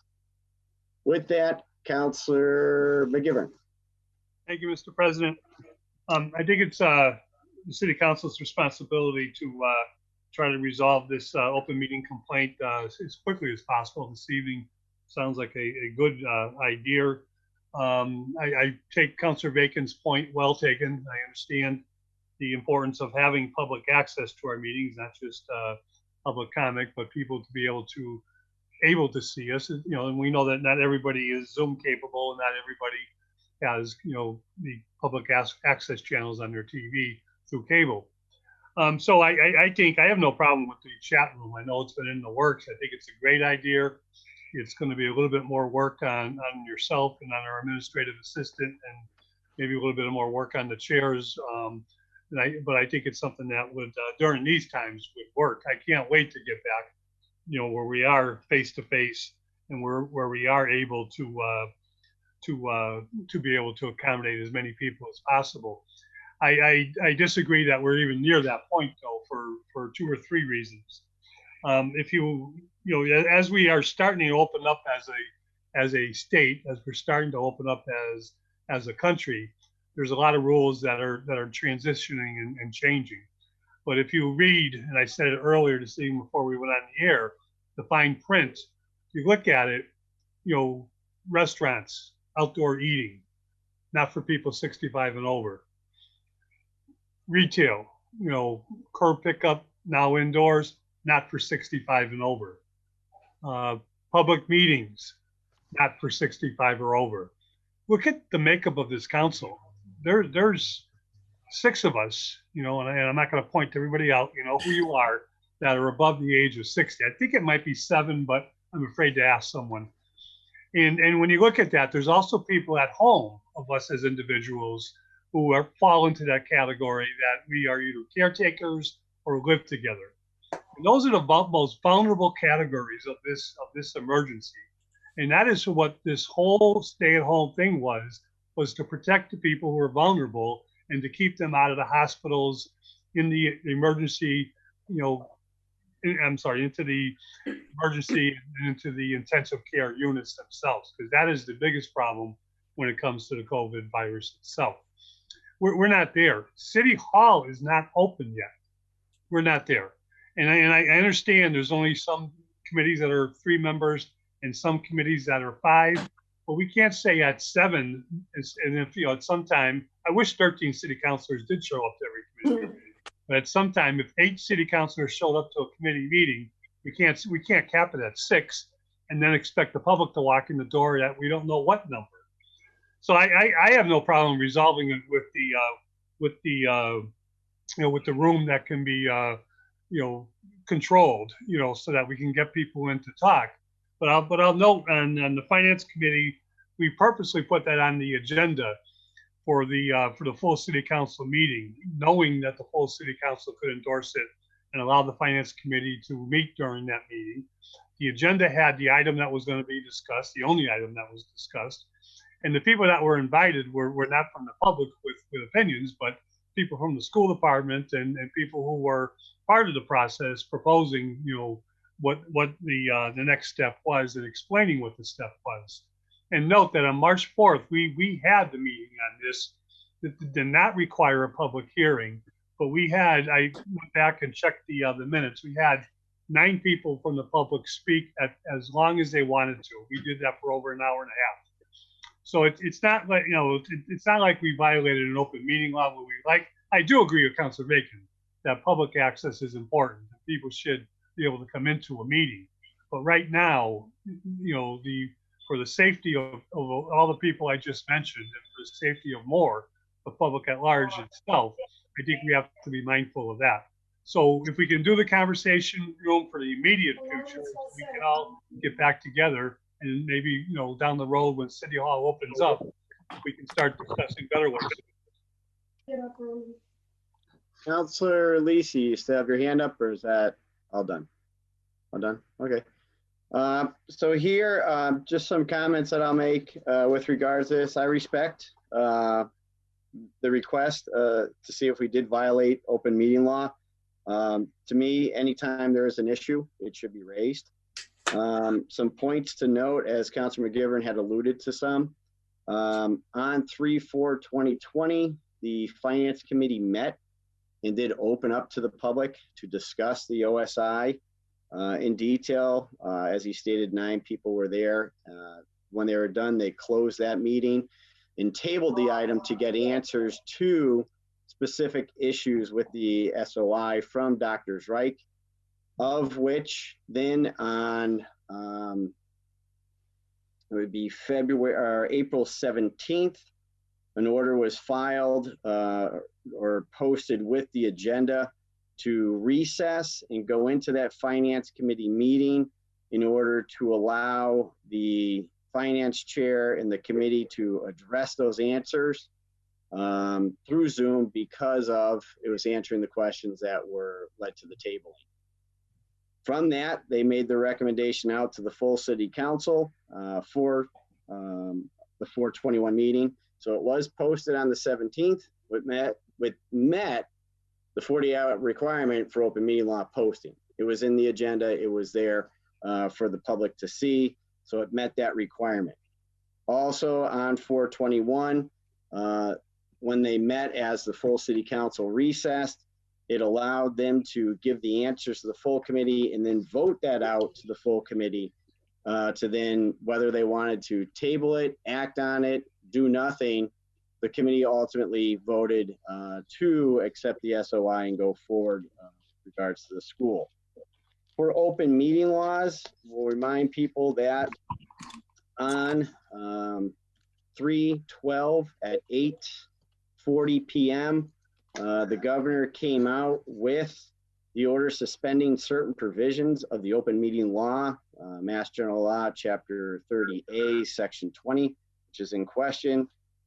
After all the whereases, it goes on to say that a public body, which is what we would be, so long as they give public adequate alternative means, which would be internet, satellite availability, video conferencing technology, to, in essence, what we did is we put on channel 15 for people to see, as well as the computer.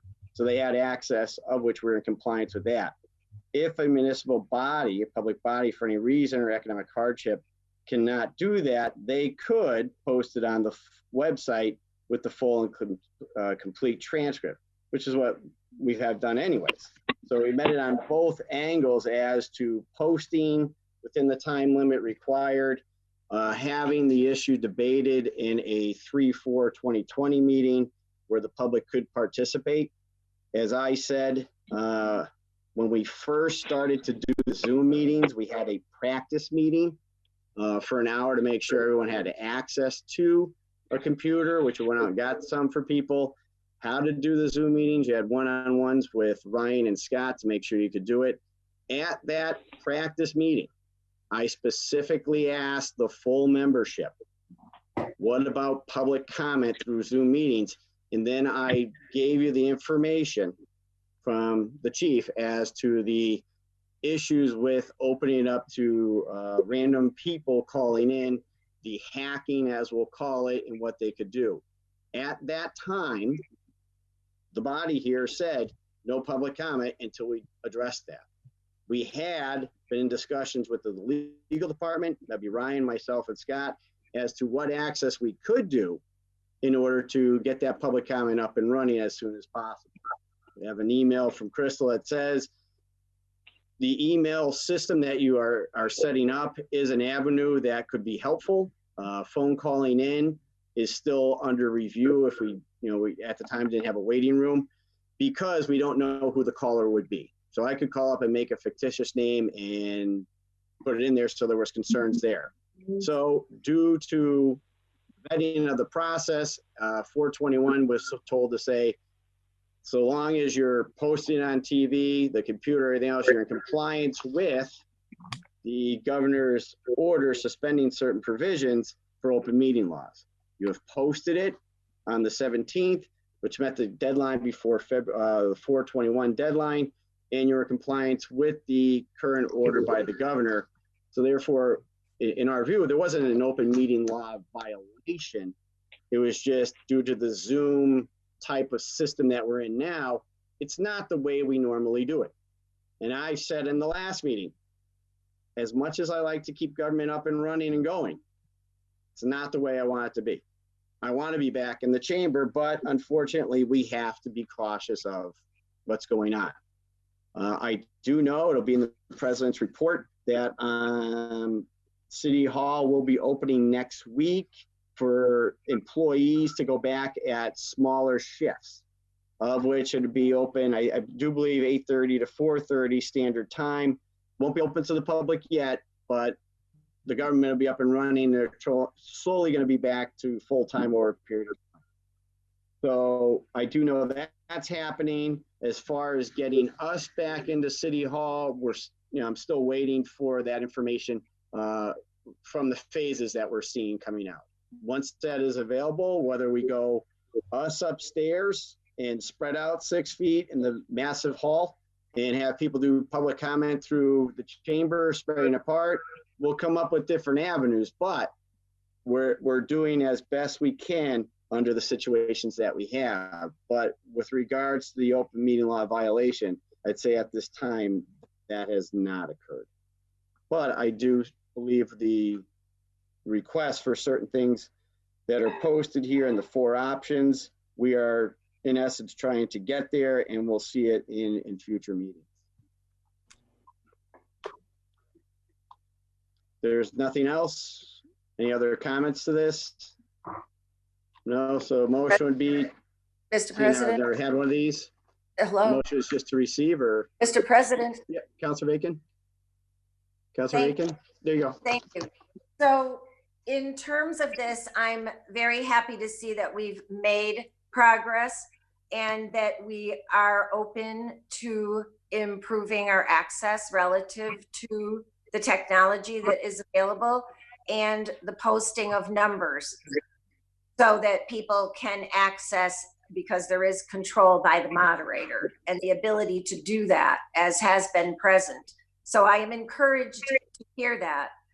And so I'm looking forward to the formal completion of the review and the written response. And I think it's not something we can accomplish in this meeting right here tonight in that regard. Because the other thing I'm also looking for is I want a review of the open meeting law in terms of requirements, and also the open meeting law to be reviewed by us, because I think intent of the law is often as important as the technical aspects of the law. And so I would ask that this get referred over to DGR and that legal come in and that legal provide the written response relative to this that you're articulating tonight.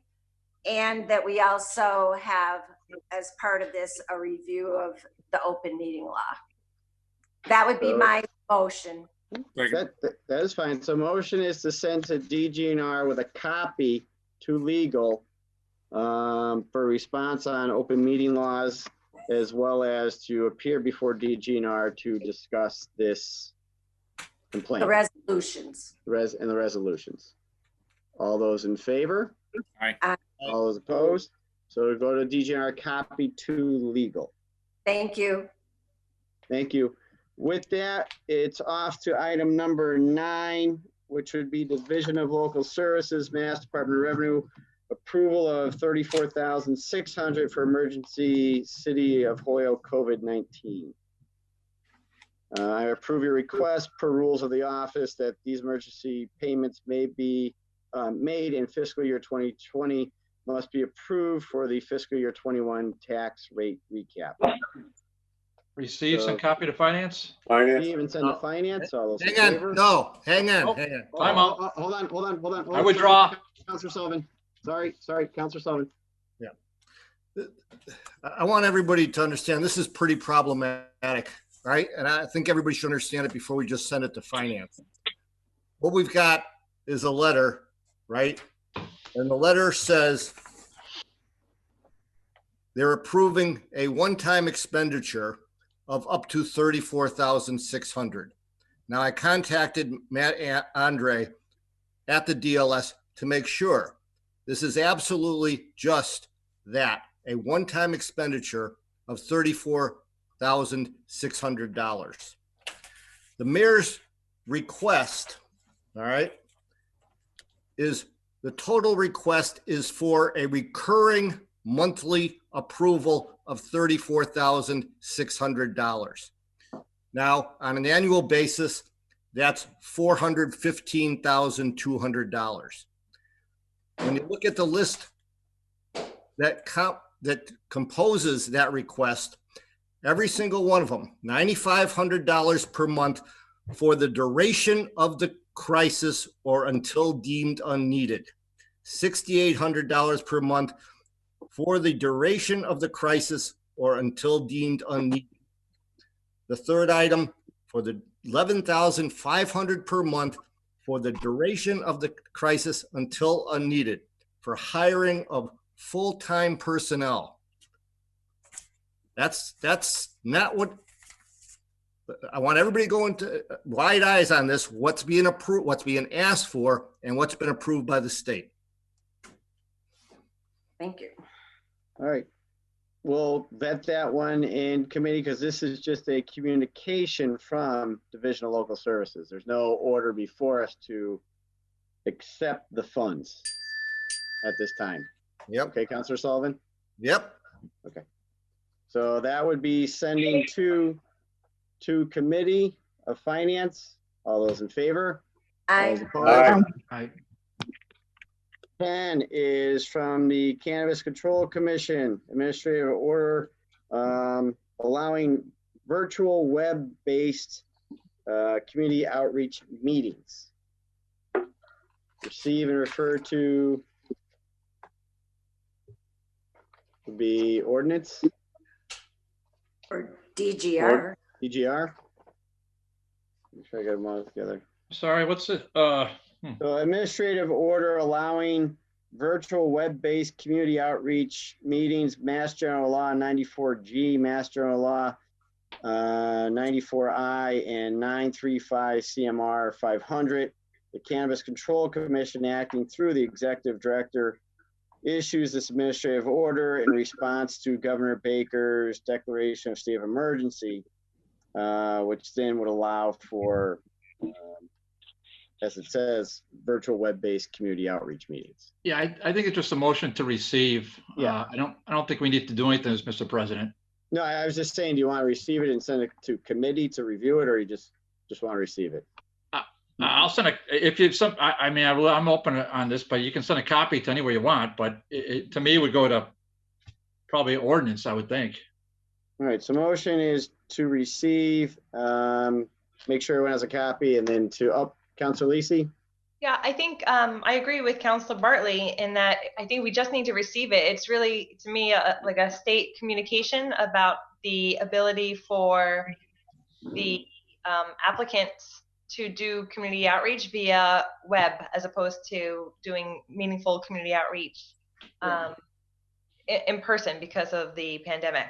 So I don't know if we need to just to know if you wanted in committee to talk about it, but if not, just receive it is fine. No, I don't think it's really aimed at us. I think it's aimed at the applicants so that they understand what they're aware of, their responsibilities are and where that falls. Okay, Councilor Sullivan and then Councilor Vacan. I forgot to take my hand down from the last Me one. too. I'm all set. All right. So All right, receive. motion is to receive. All those Second. in favor? All Aye. opposed? 11, notice from the community outreach meeting, Thursday, June 4th, mass cannabis growth. That's another communication for outreach. So that would also be to Receive. receive. Well, I think that one goes to, that one does go to ordinance. So this one is It's not a Thursday, copy of June ordinance. 4th, 5 o'clock. Google Meets virtual meeting using Google Chrome and it gives the address. So you want that in ordinance? Well, I mean, I think well, I'm not the chair, but I would think it would go there because your chair is going to take it up at some point. So for this one, with regards to the notice of the June 4th outreach, we'll send that to ordinance. So All those moved. in favor? Second. Aye. Opposed? 12 is from the Board of Public Works. Minutes of Motion to meetings. suspend, take 12 and 13 as a package and motion to receive them both. Second. 12 and 13 is taken as a package and received. The other one is the Fire Commission. All those in favor? Aye. All opposed? The last one is from Kristen Beatty, 149 Central Park, Hoyoke, communication regarding accommodations for her disability and medical conditions pertaining to cell towers, antennas, installations. Receive and refer to ordinance. Second. So to ordinance, all those in favor? All right. Aye. Aye. Petitions. Mr. President, Yes. should we suspend the rules and take 15, 16, 17, 18, 19, 20, 21 as a package and Second. approve them, assuming they've done all the things that Rebecca mentions all the time that I can't remember. Taxes. Pay Taxes. tax. Taxes, Fees. bills, water, Bills, sewer. all of it. So the motion is suspend the rules, take up 15, 16, 17, 18, 19, 20, and 21. All those in favor? All right. Aye. Aye. Opposed? So they're all renewals. One is for the jewelry shop at 2225 Northampton Street. The Pond Depot renewal for a secondhand license at 448 Appleton. Jewelry renewal secondhand license at 311 High Street. The ATM at the Hoyoke Mall, which is the phone, secondhand license for the phone.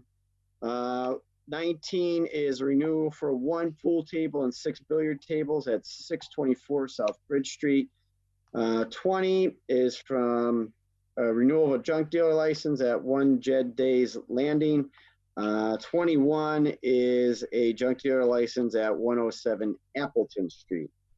And after review, all these have been compliant with the Motion to approve. taxes. So motion is to receive and grant the renewals. Second. Hold Do on, we can do a you, roll call for this one? I think we do a roll call for renewals or no? hold on, give me a second. The one on Sure. the Appleton Street, 107, what was that about? I'm sorry. I'm trying to read my agenda. 107 Last, we move quick. is You gotta the- hurry. You gotta catch up. Oh. No, the Gold 107 on Appleton, what was it? So let's see. Where let me are go you, back to Gladys? it. I'm So here. that is the William Sullivan Company junk Okay, dealer okay. license. Yep. Okay, 107. okay, got it. Thank you. Yep. Thank you. So motion is to receive and grant the renewals. I do believe it's just a straight up yes or no. So all those in favor? All right. Aye. Aye. All opposed? Those granted. 22 is for a special permit for a Ordinance. marijuana establishment. Ordinance Send that to committee. Ordinance. All those in favor? Aye. Aye. Aye. Opposed? DGR, please. 23 is the petition for a special permit for a driveway, and that was to DGR, you said? Yes, please. All Second. those in Second. favor? Aye. Aye. Those Aye. Opposed?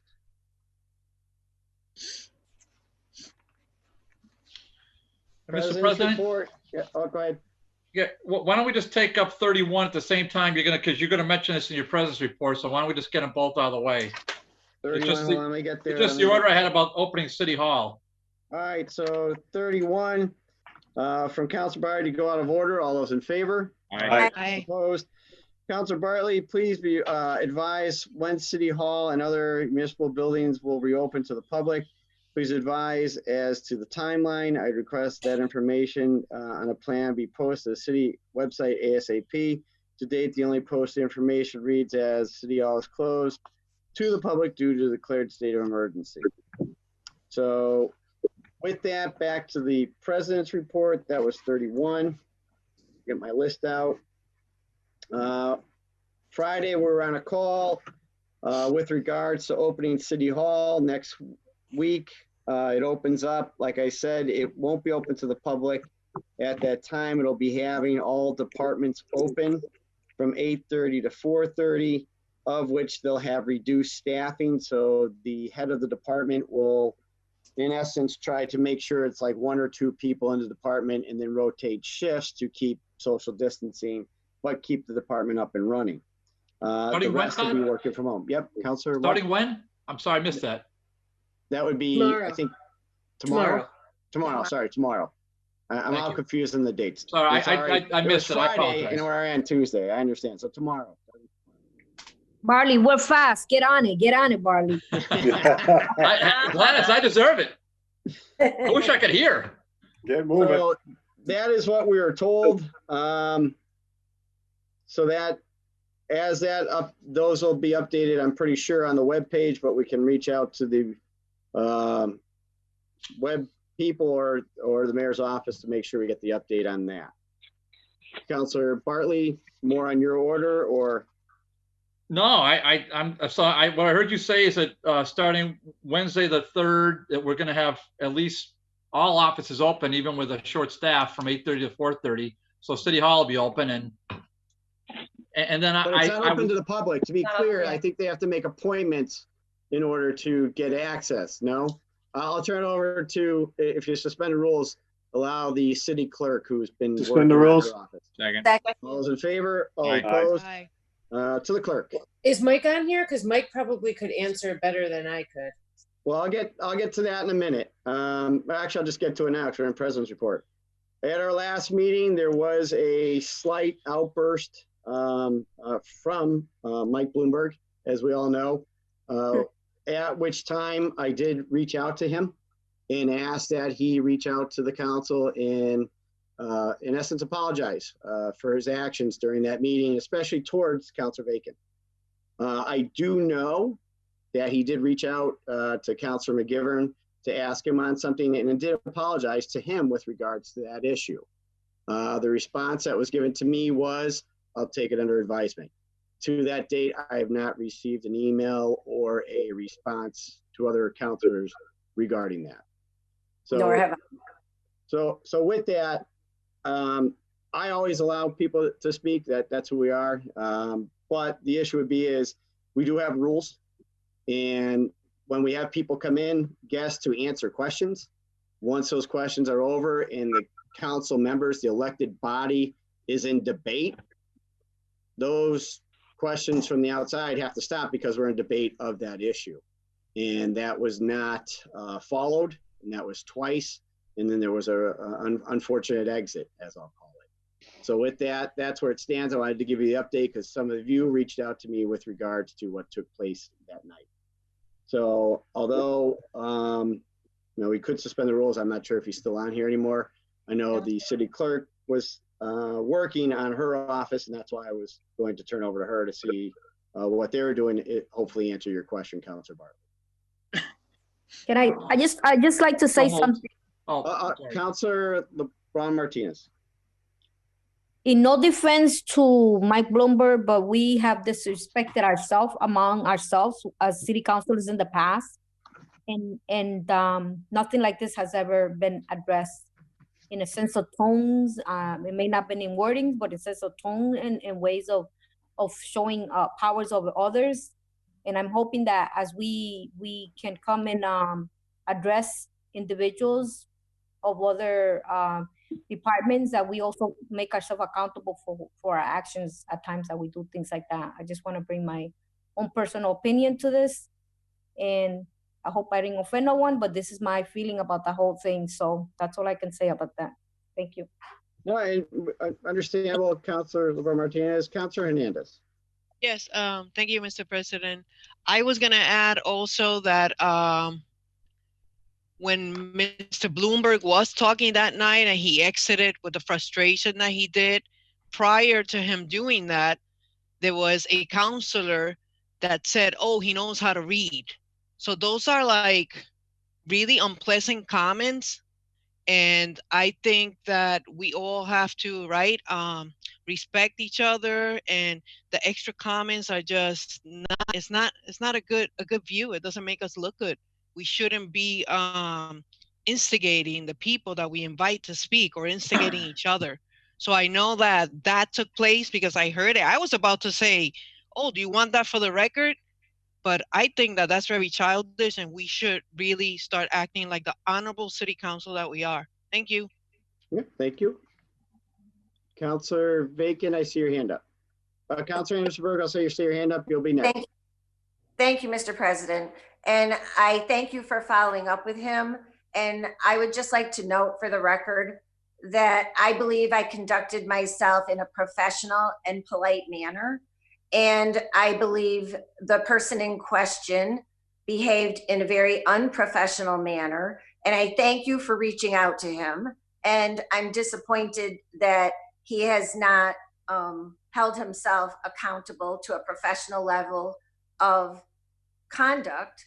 But I would just like to say for myself that I did not see anything provocative or insulting or rude in the questions that I was asking him. I more saw that he did not like being questioned. Thank you. Counselor Anderson Burgos. So I want to say this, and I want to say this in a very respectable manner. Politics and our job it's extremely difficult. And I know I'm new to the game, but I'll say this much. It is very stressful. Our job is very stressful. The current situation the world is in right now is now added stress. The way we normally live our lives has changed dramatically, from going to kiss and hug the people that we love and care about the most. We can't do that. Everything has changed. So there is so much stress. And I for one, I was very stressed the last city council the last city council meeting, and I told myself, not today, you're better than that. And I know that this job is very stressful. But what I also know is that when you're trying to deliver a message, when you are trying to accomplish whatever goal it is, whatever message you're trying to deliver, if you do it in a negative tone, then the person that might have actually accepted or at least challenged you in a respectful way now looks at it as either a threat or I don't want to hear it. And it kind of closes doors on opportunity. I think this is the challenge. We are all in this together. We can all come together and we can learn from this and make each other stronger, supporting, not saying that we have to agree with everything that we're bringing to the table, but at least in a respectful manner. That takes us a long way. We grow with one another when we listen and just listen to what the other person's trying to say without talking down, snarky remarks, or anything like that. I mean, I'm growing every day with you guys. You guys challenge me and I accept it and I appreciate it and I love you for it. But just keep in mind that people are watching and that it's very, it's very stressful for the city of Holyoke to watch us go through this. It's stressful. When we're stressed, those people watching are stressed too. We all have something to gain and lose from this. So I love you guys and I know we can do this. We just gotta stick together, man. Thank you. Councilor Leahy. Yeah, just very quickly, how do you top Juan? Wow, okay. I agree with everything that Juan had just said. Once again, you just can't top what he said. It was a stressful meeting. These are long meetings. I think Springfield, I think Chicopee and Westfield, their council meetings are half the time that our meetings are. I think that we need to really tighten up the messages. All the work should be done in committee. Councilor McGivern points out so adequately that a lot of people don't show up to the subcommittee meetings. I go to as many as I can, and right now they're on Zoom. really don't have any reason not to go to these meetings. But I think people are getting frustrated and people are lashing out. But as for, and I'm talking about us, the city councilors, having a person that's representing the mayor and representing the city of Holyoke coming in and, eating dinner on Zoom during our meeting and then, shaking heads and walking out, it's not appropriate. And I did reach out to the mayor. I got a message from a constituent. I passed it on to Councilor McGee. He didn't respond, so I assumed it went nowhere, but thank you for following up on it. And, it's got to move forward and, hopefully these meetings can go, much smoother. Thank you. Councilor Tallman. Thank you, Mr. President. Hard to add too much what everybody's also already said, but whoever is involved in politics knows that it's difficult. We all have different opinions. We all have different viewpoints. But as we used to say, Councilor McGee, when we walk in the meeting, we may have different disagreements and arguments at the council level in the board meeting. But we walk out of there proud and shaking hands and being along with each other and getting along with each other. But I think that was totally uncalled for somebody to step out of it. It could be one of us, but for somebody that is working directly with the mayor to walk out of a meeting being upset because he wasn't happy with something, I do think he owes just about everybody on the council at that meeting an apology. And I think it would be beneficial to the rest of us if we heard that. It's not easy, as Councilor Burgo said, we're under stressful times, but we all have a job to do, and we all have to do it, in a respectful, positive manner. And I think we can all do that.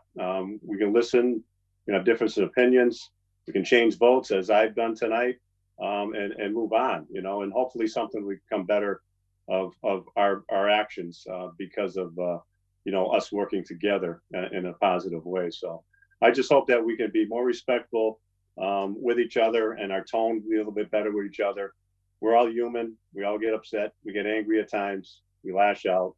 But I think in our position as elected officials and people that are working directly in City Hall, we should all have the utmost respect for each other and try to do the job that we're here to do. So that's all I have to say.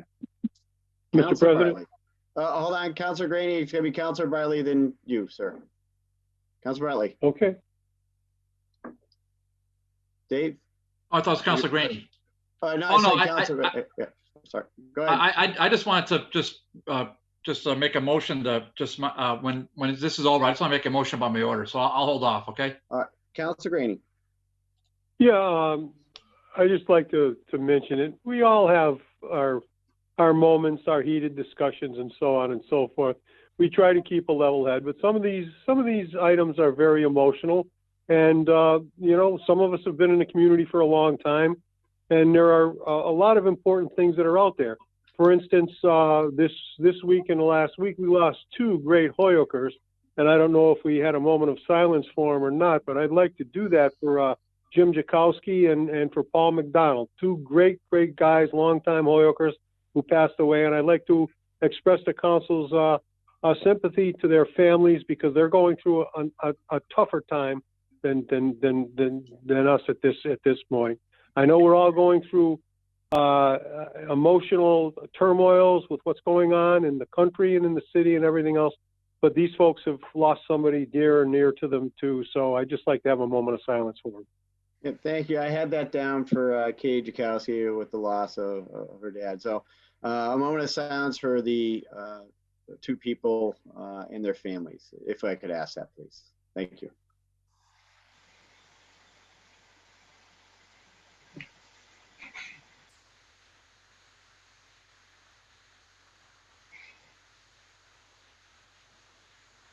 Thank you. With that, I'll just finish up with regards to why this was brought up. I did, as Councilor Leahy did mention, there was constituents that reached out to him. I also had people reach out to me, whether it's a phone call, email, or they actually stopped by the house when I was out front doing work, referenced it. I like Mike. Mike's a great guy. He's been very helpful to the council. This is not to pick on Mike, but my job as the president, Rule 18, Rule 19, is to enforce those rules, which is no person shall be interrupted while speaking. Councilor Vacan had the floor. She was interrupted twice. No member in debate shall make any reference to another member or a member of the general public in a, we'll do it in a respectful manner. The real issue is things do get heated. It was a heated night. We're on Zoom. We're in a pandemic. I get it. I just wanted to reach out to you as my fellow counselors. You asked me to task to do these things. Not the glorious part of the job, but I had to give you the update as to what did transpire, of which we'll leave it at that. To Councilor Bartley's order, which is 31. Councilor, what would you like to do with that one? I guess motion to receive and send a copy to Mr. Bloomberg and the mayor, as well as to Holyoke Media, Mr. McPherson, and just so we can get a dialogue and communication going with some specifics relative to at least to the city side of the government. And then I'd also like to send a copy to the whomever at Holyoke Public Schools to let us know what's happening on their end. So maybe the we get a motion is communication. to receive copy to Mike, Mayor's office, school department, Holyoke Media. Yep. Anyone else that I've?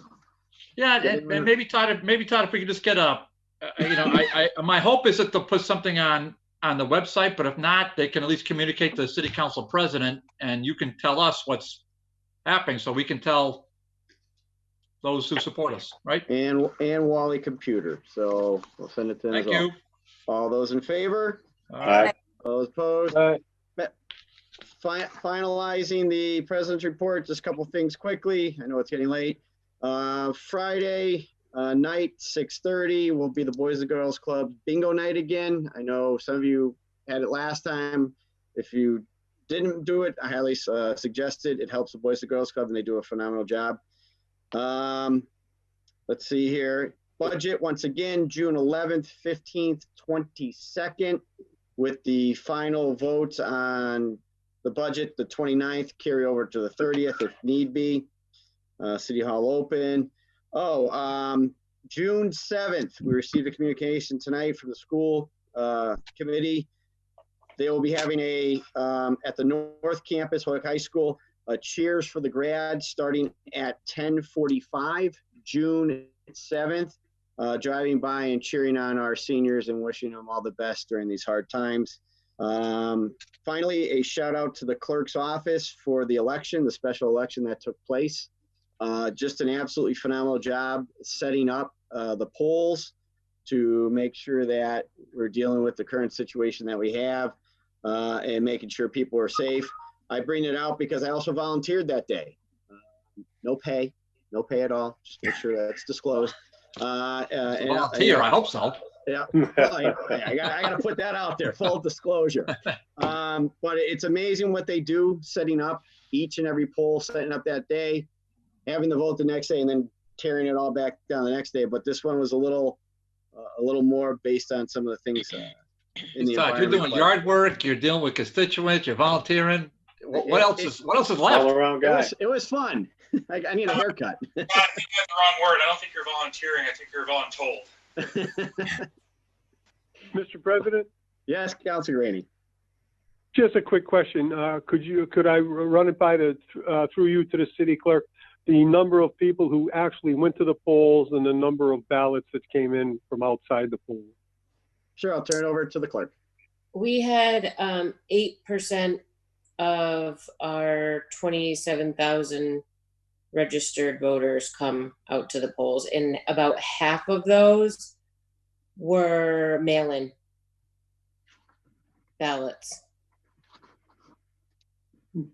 So 8,000 people made it to the polls.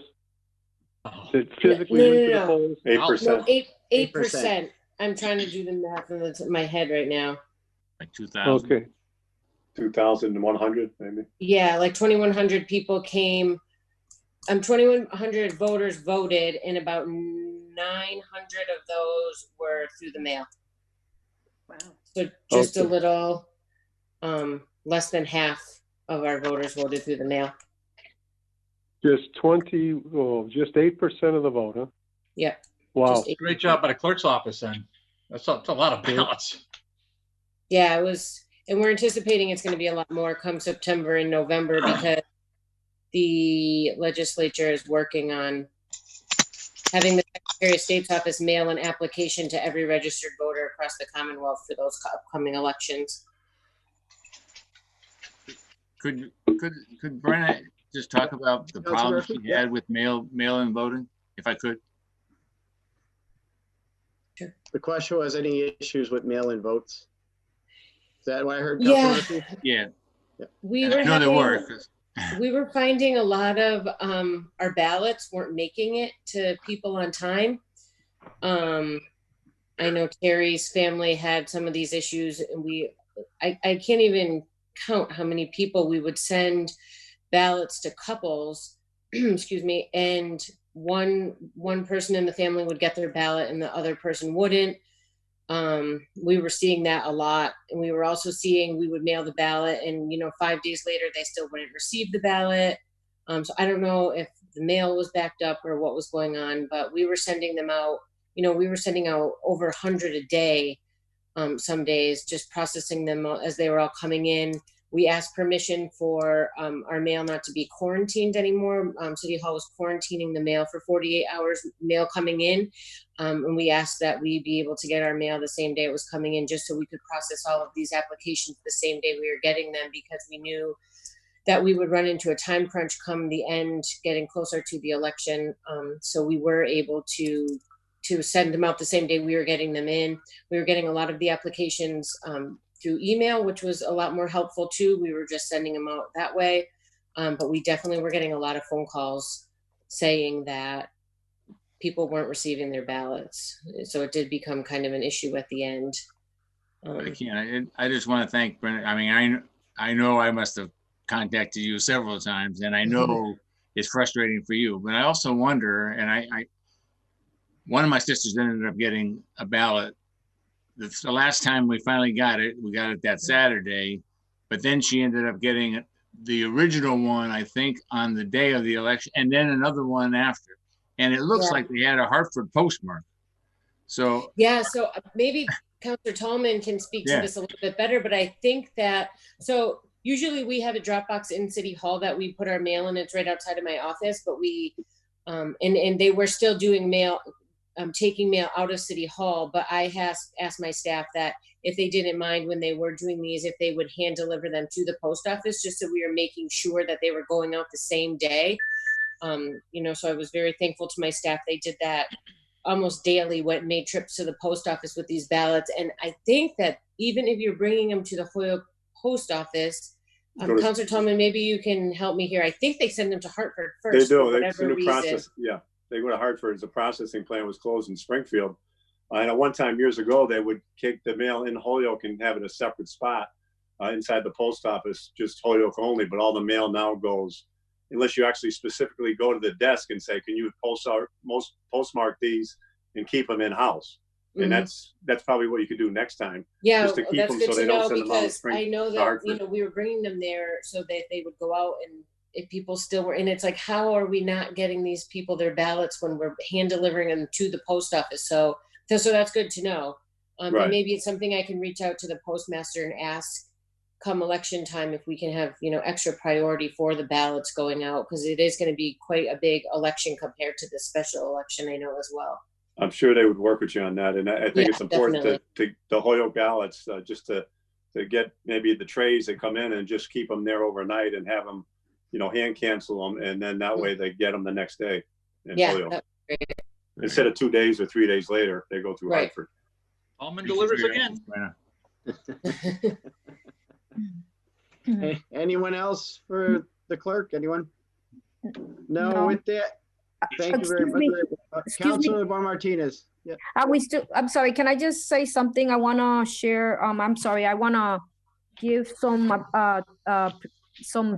words of appreciations to our first responders who responded to our recent incident of the Sergeant West tenants that, as you know, been at the Fairfield Hotel due to the damage to on the transformer situation that happened in the flats.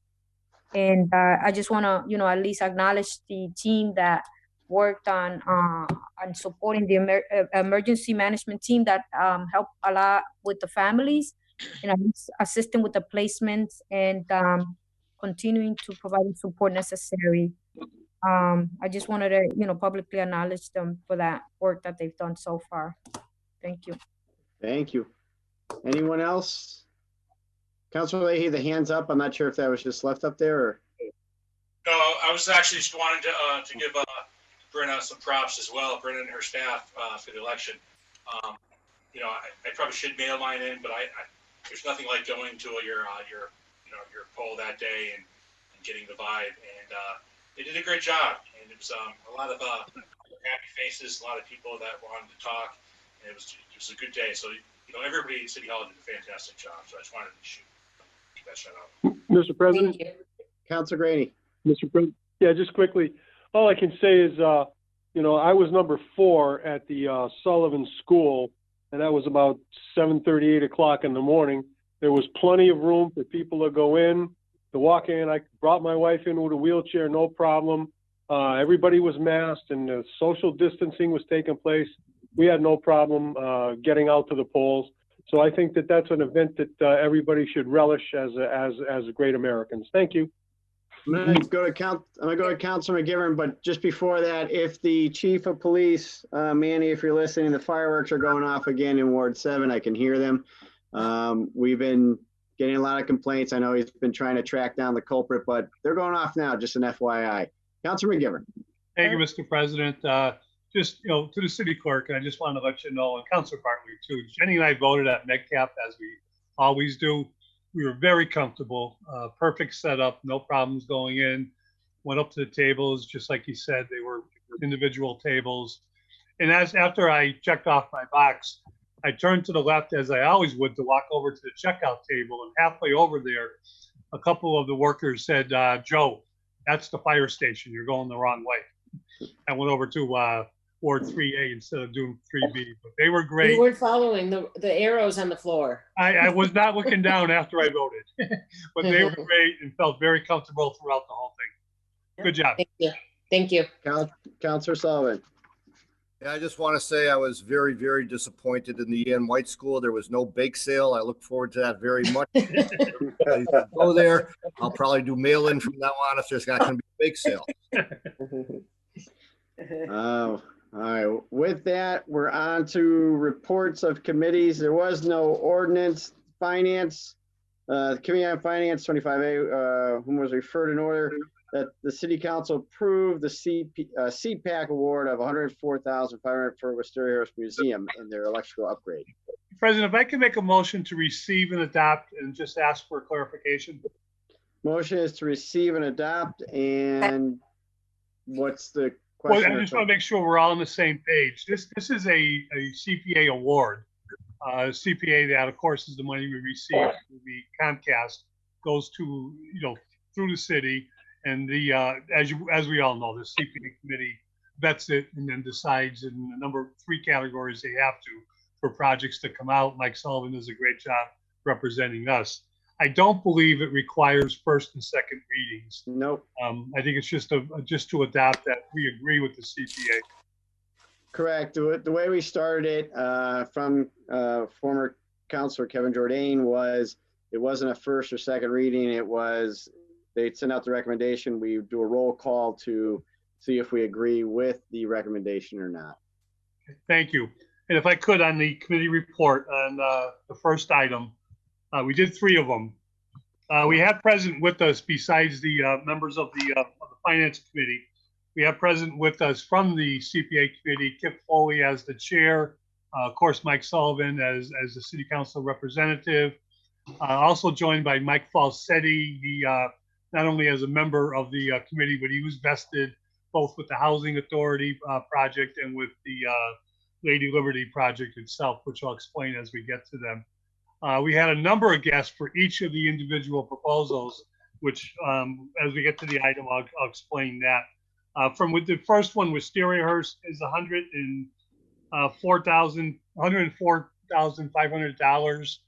It's part of a project, a total project of $290,000. Replacement of the electrical work at Wisteria Hearst, which dates back to probably some of it dates back to like the early 1900s. And it's something that needs to be done both for safety and for obvious reasons. For Wisteria Hearst, Kate, and I always say Kate's name wrong, Kate Chrysler was with us. She did a great job of answering questions on the proposal itself, not just about the CPA money, but the other money that will help through the project. They're pretty much got the full amount. Is from an historical group known as the Mary Colored, is it, Mike? I think 110,000. From I think CDBG is like about 34,000, 35,000. And there's some other money that's been raised through the Friends of Wisteria Hearst itself. So the gist of the whole thing is to replace a number of different electrical items, most important, some fuse boxes that are very old. And to be able to do this, they actually had planned not to do this until sometime in the fall because this time of year is their busy time of year. But knowing what's going on, the fact that they are closed like the rest, like everybody is, they decided that if they could, and they got the contractors to agree, that they would speed up the process so they could take advantage of the COVID crisis itself, which is probably one of the few good things I've heard about taking advantage of the COVID crisis. So that's the gist of it. Mike is the maker of the order. I'd love to turn this over to Mike and let him finish what I missed. Councilor Sullivan? As usual, Joe, you didn't miss anything. I don't have anything to add to it. All right, Councilor Murphy. Yeah, I just wanted also, I know this was an issue that came up when I first got back on last year and I met with Kate, but I also want to and commend her for really pursuing this because she was trying to pursue some of this last year. And also the city engineer, Bob Parent, who took it and kind of put this all together in terms of what needed to get done to make Wisteria Hearst both what it should be, but also make sure it's safe for everybody to be there. So I think when all this is done, we're going to have an outstanding Wisteria Hearst Museum. No one further. With that, we'll have the clerk call the roll. If you vote yes, you're voting for the $104,500 transfer to or recommendation from CPAC. Anderson Burgos? Yes. Remember, Bartley? if you're on mute. Sorry about that. Remember, if you're on mute. Bartley? Yes. Graney? Yes. Hernandez? Yes. Leahy? Yes. LeBron Martinez? Yes. Lisi? Yes. McGee? Yes. McGivern? Yes. Murphy? Yes. Sullivan? Yes. Tallman? Yes. Bacon? Yes. Unanimous vote. With your vote, you're approved that one. 25B, the Committee on Finance was referred that the council approve the recommendation of CPAC awarding $120,000 to the Holyoke Housing Authority in conjunction with Habitat for Humanity on Jackson Street. Total cost $714,000. Homes to be sold, first-time homeowners $150,000 each. Recommended that the order be adopted. Take a motion to receive and adopt as recommended by the Finance Committee. Motion is to receive and adopt. Under discussion, Councilor McGivern. Thank you. We had Matt Mainville join us along with the members of the CPA committee that I mentioned. Mike Falsetti also in his capacity as both as a commissioner for HHA and a member of the committee. Sarah Myers Zimber, Sarah was with us from the Housing Authority. And we had a good, healthy discussion. As it states, the money is $120,000 to help fund the $714,000 project. Matt told us that this is a project that's going to be in conjunction with the Habitat for Humanity folks. The location is around Jackson Street, right behind the Housing Authority itself, in that big vacant lot over there. The designs and the area will complement what we call as the Hope 6 project, which is the former Jackson Parkway. This satisfies the I'm sorry, Mike, is it the residential category or housing category? which is important because the CPA each year has to hit 3 different categories to a certain percentage. And most important, I think, it again, like what Valley Opportunity Council did last year or currently is doing, it's putting property, for low income homeowners, putting property on the tax rolls. So I think it's a home run across the board. Matt did a great job of answering our questions. Mike, told us that both commissions are on board. And again, the committee recommends to adopt it, and we'll turn it over to Mike if he wants to add a couple things. Councilor Sullivan? Well, once again, Joe, I think you hit everything right on the head. The important thing to everybody was that they are going to be going on the tax rolls. They are going to be sold at market rate to first-time home buyers. And that was the biggest issue in all of the public hearings about how to use the CPA funds in this particular category. So, Councilor Murphy. Yeah, again, this is, and I want to thank the Housing Authority, but I also want to thank Habitat for Humanity. And these 2 houses are going to be from the alley on Jackson Street to the intersection with Chestnut Street on Jackson Street, which then leaves us the opportunity maybe in future years to put some additional housing on Chestnut Street, which would also complement the Churchill project. So, I mean, I think it's been vacant for about 40 years. When we had a major fire there when you were just a child, Todd. It's been vacant since, it's been neglected since, and the housing authorities tried to just keep maintaining it. Now we're going to have some productive taxes coming in there. And I really want to thank them for taking this on and meeting with Habitat and getting that, and thank the CPA committee for recommending it. There's Councilor Tallman.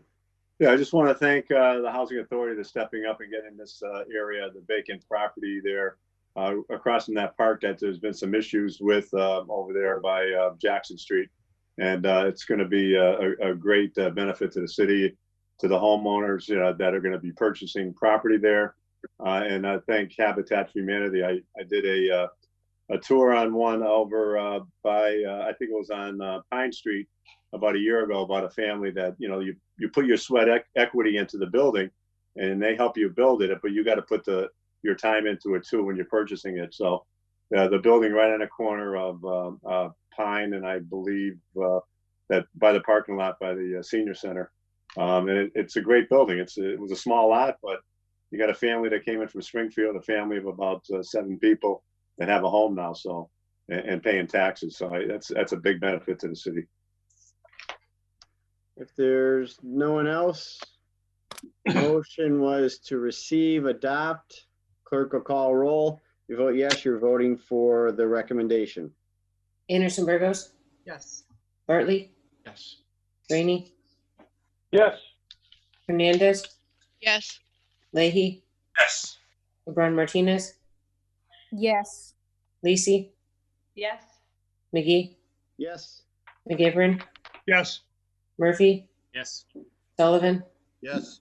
Tallman, Yes. Aiken. Yes. Unanimous vote. With your vote, you're approved it. 25C, the Committee on Finance in order that the City Council approve the recommendation of CPAC awarding $25,000 for restoration study of Lady Liberty Veterans Park. Recommended that be adopted. Make a motion to receive and to adopt the committee report. Motion is Second. receive, adopt, or discussion. Councilor McGivern. Thank you. Chris Sims joined us from the Veterans Office, the War Memorial, which a reminder that the park may be Parks and Rec, but all the statutes and everything is controlled and under the oversight of the War Memorial. I'm sorry, the Veterans Commission itself. Memorial Commission, I believe, is more proper. Chris did a great job. We all told him he did a great job on Memorial Day, considering we couldn't march or we couldn't go to the War Memorial to do our traditional stuff. And with I watched it, and I'm sure a lot of people watched it, streamlined it from on the access channels where I watched it. But Chris told us, there's $25,000, and Mike Paul said he was big on this. And I think Mike filled in a lot of blanks in terms of what they're trying to do. Lady Liberty is the big statue in the middle. For those of us that have marched over the years, or any time you spend in Veterans Park, we know that that statute is seen its better days. What Mike pointed out, and it was the gist of why he went after, or what he's trying to accomplish, and is that a lot of the wording on the statute, which in particular is the names of veterans, who are being honored on that statute, gave their lives in protecting our freedom. A lot of those names are illegible right now. They're just blanking out by letter, and it's very difficult to read. The statute there was some money that was raised. There's been some cleaning up because of the pigeons that were contributing to some of the downfall of the statute, but it's in need of a lot of work. The statutes, particularly this one, in Veterans Park, come under the federal guidelines, and Mike pointed out that you don't just go out and do work on these things without adhering to these federal guidelines themselves, the historical guidelines that are important. So it's a 144-year-old statute. $25,000 is probably not going to be needed completely. Is to hire someone who has the expertise to come up with a plan to actually do the project, which is to restore the statute to its glory for what its the intent is, and so that we all can enjoy it and future generations can enjoy itself. The people that spoke before us all spoke in support of it. There were some good questions asked, and I know Councilor Sullivan is going to chime in on this one because he asked some of the good questions, and I think we have the answers. Councilor Sullivan.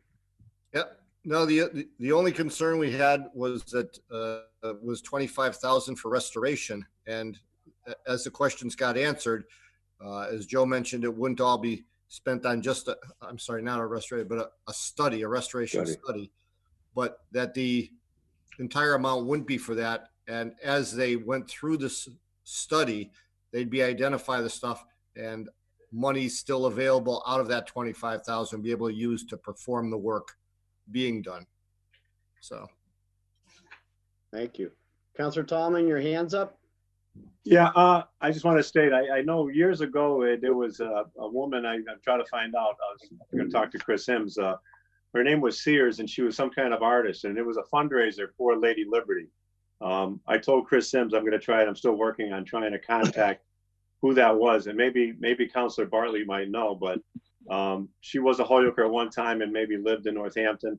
And there was actually a fundraiser they had at the War Memorial probably about 10 to 12 years ago. So I'm going to try to find out more, but I really think this is a beneficial grant for the study of this, to try to get that statue, find out what needs to be done.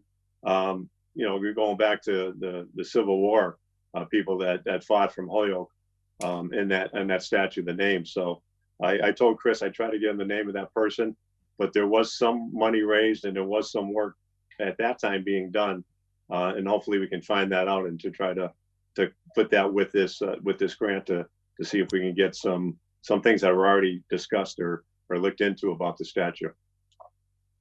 Okay. Mr. President? Yes, Councilor Green. Yeah, just a quick comment. That statue is the centerpiece of Veterans Park. Mm-hmm. And I think that we should make every effort to restore it to its original glory if we possibly could. Thank you. Thank you. No further discussion. Motion was to receive, adopt. The clerk will call the roll. If we vote yes, you're accepting the recommendation for the $25,000. Anderson Burgos? Yes. Bartley? Yes. Graney? Yes. Hernandez? Yes. Leahy? Yes. LeBron Martinez? Yes. Lisi? Yes. McGee? Yes. McGivern? Yes. Murphy? Yes. Sullivan? Yes. Tallman? Yes. Bacon? Yes. Unanimous vote. With your vote, you approve the $25,000. Before we get to the next one, just a thank you to Councilor Sullivan for the work that you do on this committee. I say it all the time, every time these things come up, but Councilor Sullivan gets us the information by email or calls you, or in the committee, as you can see here, he gives you everything.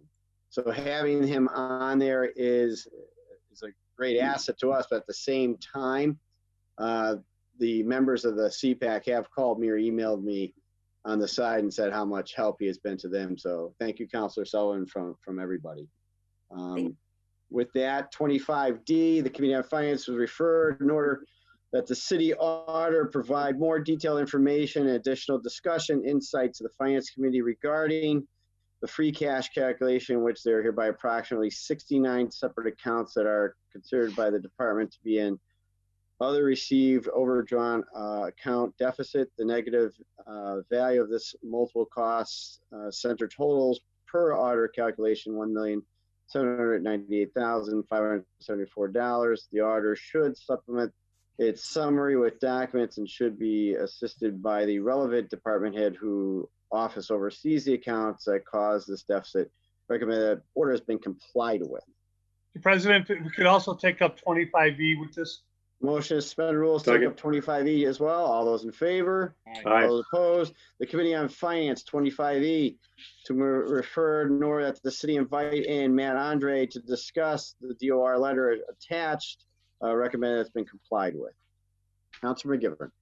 Thank you, Mr. President, and to the members of the Finance Committee and everybody that joined us that evening. This was a long-awaited meeting on a couple of key issues, and it was the beginning of another meeting that is going to be taking place in the Ordinance Committee. This was a joint meeting with Ordinance, which we don't often do, and we did so because of the guests that we had that evening were there to address something that was in both committees and related.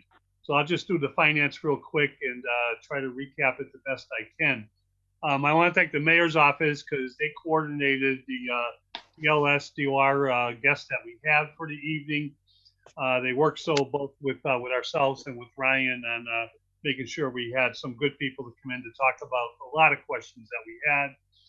There were 3 items that we took up. 2 items are reported out. The other item was just items that we, over a period of time since going back to like 2007, we've been receiving information and stuff that DLS, sends us both in emails and communications and items that, that we've known that, and I think most of us know that at the end of the year, DLS with our outside accountant and with our auditor, and of course with the chief financial officer of the city, the mayor, have to shore up a lot of deficiencies within a budget.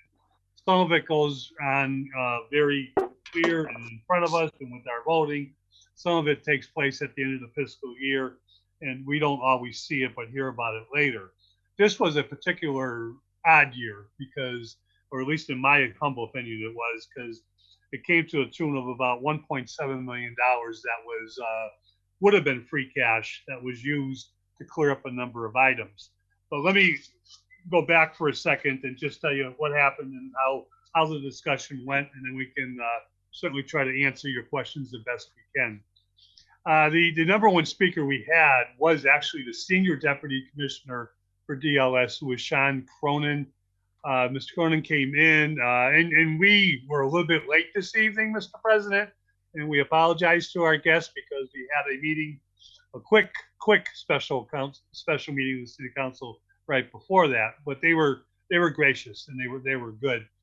Sean, a lot of Sean's remarks, the Deputy Commissioner's remarks, were about what is DOR and DLS has been proposing for some years, which I won't get into in great detail because that's what the Ordinance Committee has taken up, but they're looking to change the financial structure in the city of Holyoke. He pointed out that we're one of the few municipalities that are left that have kept the structure, which goes back to the probably the 1800s in our case, because we have one of the oldest charters within the Commonwealth itself. And he just talked about the importance of the creating a CFO down the road, a chief financial officer, financial director that can oversee the financial departments themselves. He did recognize that this city council has the appointing authority of the auditor, the tax collector, and the assessors, and he understands, or at least I think he understands that is part of what I call our checks and balance in this government itself. He did recognize that, but he also said the times dictate, for better finance controls, that we find someone with the expertise to do what is necessary in that area. He spoke for a good 15, 20 minutes, answered our questions, and then turned the mic over to Zach Blake, who is a financial manager who works with DLS. Zach, I believe, does work most of the time out of Springfield. But if I'm wrong, I apologize. But he did get into some more details about communications that have come our way, and this pertains, Mr. President, to your order, which goes back a good year. And one of those DLS communications, which talked about deficiencies, in which many of us thought got resolved in fiscal year 19 for fiscal year 19, which is about a year ago when they got resolved. But he went into great detail, even going back to 2007, of communications and a lot of it, not all of it, but a lot of it was grants that just aren't being shored up at the end of the year. And he talked, a great deal about that. And, he too, endorsed the changing of the financial structure of the government itself. Our third guest was Deb Wagner, who is, as they said, was with us to talk about what happened this particular year and talk about free cash itself and not only, and I think most of us understand what free cash is. For our listening viewers, free cash is money that is unencumbered, money that is left over as the fiscal year closes out, money that is not been spent and cannot, be just carried over into July 1 unless it's encumbered into July 1. Therefore, once the books are closed for a given year, the DOR itself will certify the free cash that the city presents and agree or disagree with it, but come up with a number. It's during that period of time where deficiencies are addressed, and that's what happened according to the DLS, the DLS representatives. That's what happened of this year. Now that's where we went into some nitty gritty. I'll remind everyone that our auditor did give us a 3-page document that goes into line items of deficiencies and accounts that and we had with us to this point. She was very helpful. Tanya Campbell from Melanson and Heath, who is our outside auditor, who is very much in tune with these deficiencies and very much works very close with the DLS DOR in terms of the city's budgets itself, and is responsible, a big part of the responsibility of closing the books of the fiscal year. Now note, at the time of this meeting, our fiscal year books were not closed, but she did report that there was only some minor discrepancies that they were wrapping up and getting ready to close out the books themselves. Now this pertains to Councilor Bartley's order, and even though we received this information from the auditor some time ago, Tanya Doljek was with us, our auditor, and she was there and she answered questions, and we asked a lot of questions.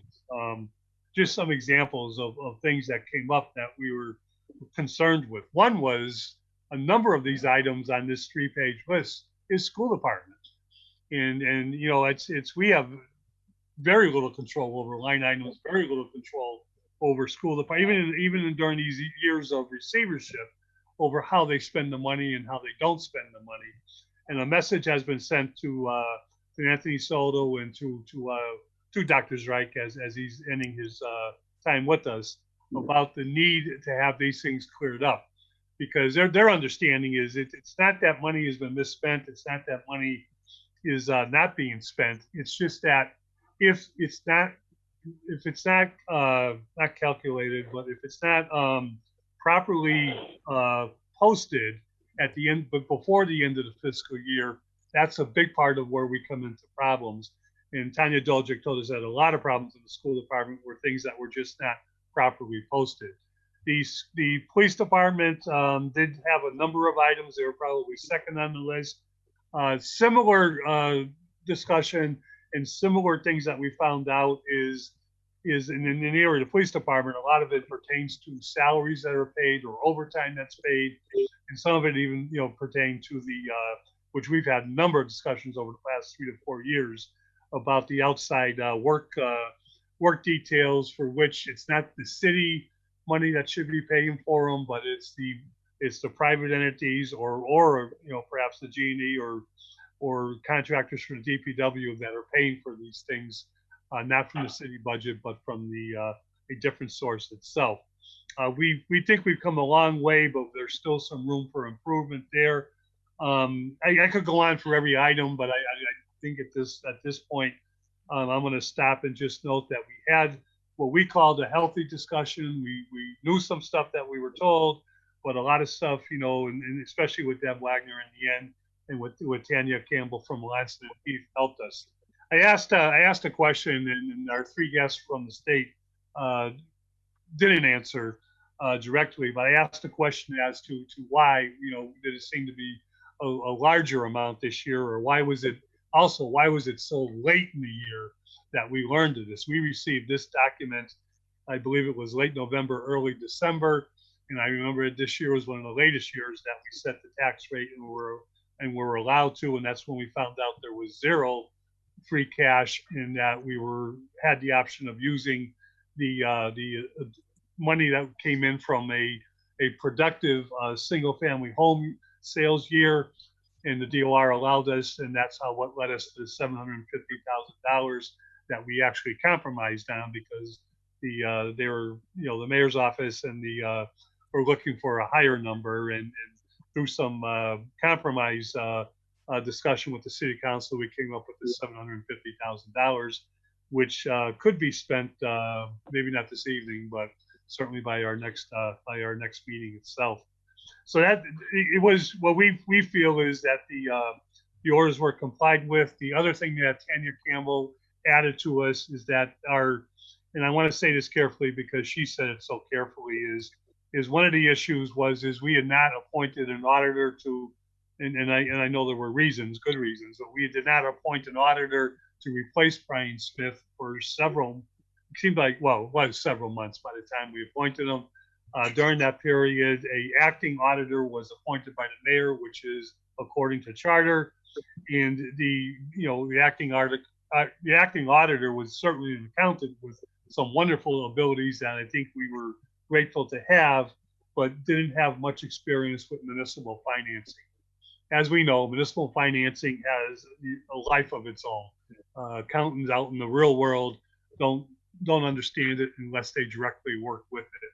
And that's why we're lucky to have Melanson and Heath. And I think we now, with the new sheriff in town, are heading back to a period of time where our municipal financing is going to be better taken care of. But we vetted out what we wanted to do 3 months ago. And, we kept getting postponed for different reasons, including the COVID virus for the last meeting that was canceled. But the committee did want you to know this. If you watched it or were with us, I hope I'm not talking too much because Councilor Leahy's saying, Joe, land the plane, will you? So I'm going to land the plane, Mr. President, and I'm not going to say anymore. Councilor Sullivan. Joe, no one would ever say you're talking too much. You know what I love about Zoom is no one has to say it. I can see it in the eyes. Councilor Sullivan. Yep. Thank you. Yeah, it was a great meeting, very informative. One of the things that I found upsetting that came out of it also, though, was that of the monies set aside out of free cash or, withdrawn from availability was $98,000 for the collapse of the Essex House. So not only did they take $98,000 out this year, $98,000 was also taken out last year. So that's a total of $196,000 in free cash availability that we've been deprived of. Now, if everybody remembers, back in January, we had an executive session, and because it was executive session, I can't get into the details, but I will say I filed an order asking for us to file a 93A complaint and a 176B, I believe are the two proper terminologies on it, for unfair and deceptive business practices and unfair and deceptive insurance practices. The law department assured us that we didn't want to do this and that we should wait because they were within days or just a week or two away from having a settlement on this. And this is back in January. I believe we left it tabled, but it's 6 months later, and now we find out not only hasn't it been settled or arbitrated or whatever, nothing else, no proactive stance has been taken to collect this money from the insurance companies, and now it's been whacked out of free cash. So this is something I'll be moving on very rapidly now, and I don't want to address it anymore in executive session. I want this laid out on the table in front of the public. Councilor Bartley. Yeah, thanks, Mr. President. Thanks to the finance chair. I know I compliment him. Well, I hope I do enough but these meetings are not easy to run, and I appreciate him being here. I did not attend the live meeting. I wasn't feeling well, but I did get through 75% of the tape, and it really left me, Mr. President, with more questions than answers. And I intend to follow up with Ms. Wagner, Ms. Campbell, and I'm positive that they'll help out.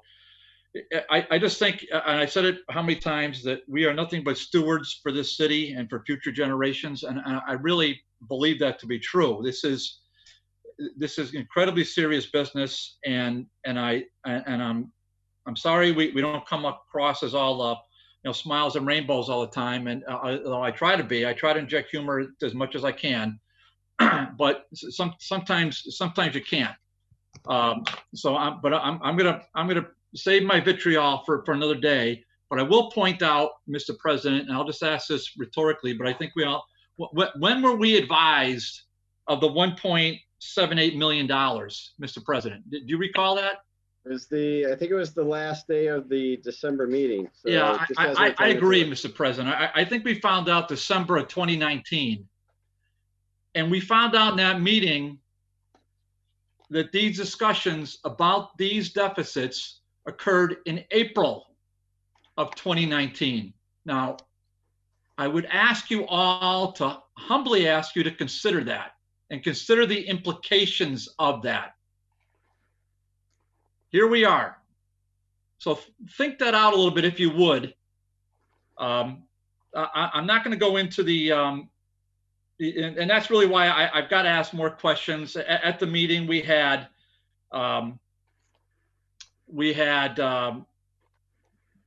some really rookie city officials, and we also had some, although they were acting, they'd been in the position for numerous years. And I know, Mr. President, we're not supposed to mention names, and I won't, but they were in key positions in the auditor's office as well as in the Holyoke Public School in that meeting with Deb Wagner, who explained in April of 2019 that this is coming down the road. And we don't get the courtesy of a communication or emergency correspondence until we get this bombshell dropped on us in December of 2019, December 17th or thereabouts. I just ask you to consider that. You don't have to answer that, anyone. The amount of the HPS budget deficit, which is I'm gonna have to ask this to Mr. Soto, $335,000. Now that's my back of the napkin estimate. Holyoke Police Department, over $100,000. Holyoke Fire Department, over $200,000. Furthermore, Mr. President, there might have been refunds due, almost $80,000. I mean, when I complimented the finance chair, I meant it. There's no way we could have the kind of meeting that this order contemplated on a Zoom, especially in light of what happened with the special meeting called by the mayor and the unbelievably lengthy debate we had relative to that issue that we again brought up tonight. It wasn't manageable, and though while I will vote for this to be complied with, it wasn't complied with because it couldn't be complied with. This is no slight on anybody, and Joe knows that, and this body knows that. There are just 60. I don't know how many cost centers there are here, Mr. President. There's 60 something. I mean, you can't go through all these. But I'm gonna, now that we've had the meeting, now that we all know on record that city officials knew about this in April of 2019, and the city council has to vote on it, we were not advised until some 8 months later. That is, I mean, that's just government in secret, and I don't know how else to explain it. And these are people that have been in the position for years, Mr. President. It's how we got to this point. It's how we get to these, sometimes these acrimonious debates that I don't want to be in the middle of, but yet it's because of that, these facts that lead to this frustration. And again, I don't want to be mean. I want to be nice. I'm just saying that's how we get to this point. I'll stop there, except, Mr. President, I want to again thank the finance chair. He does a great job as always. I got a lot out of that meeting. I encourage, I'll just make one of the, I just encourage everybody to watch that tape. It really is a lesson in municipal government and municipal finance. Putting together that group by, Joe did, and he actually did a number of times still, right? Because we had to call these meetings and we had to call them off because of the crisis and all the rest of that. And but just one final point, I know we heard maybe some rhetoric to the contrary about the free cash, but this is not Bartley speaking. This is Deb Wagner, and I time-stamped it. Just go to the 47-minute, 50-second mark, and you want to hear her say, in her own words, just the incredible significance of free cash to city finance. So forget what I say. Who cares? Forget what anybody else has said. This is DLS's Bureau of Accounts Director in Springfield. Just how incredibly important free cash is to municipal government. And what happened here this year? A negative $429,000 free cash. That is nothing to be proud of. It's to be ashamed of. Deb Wagner, again, explained it with charts, but in her own words, just how vital free cash is. And I know it's for the layperson, heaven's sakes, I was a layperson before I got on this board 8.5 years ago, but you watch and you learn by veteran counselors, and I did. And now I realize it. So I'm going to watch the rest of that tape. Again, I want to thank Joe, did a great job, and thank you, Mr. President. Appreciate it.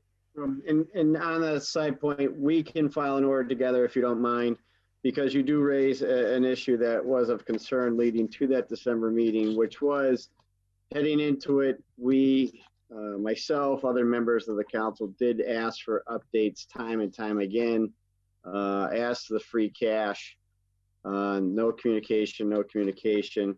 At one point I was told on the side while having coffee that free cash was going to look okay, not great, but okay.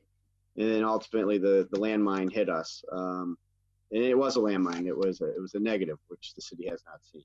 So we still need to vet this, not being mean to anyone, but it's our job to vet why it went astray the way it did and why the communication channel, in my view, fell apart the way it did.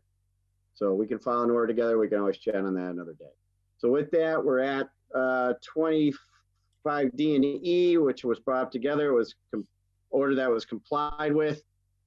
Any other discussion? Councilor McGivern.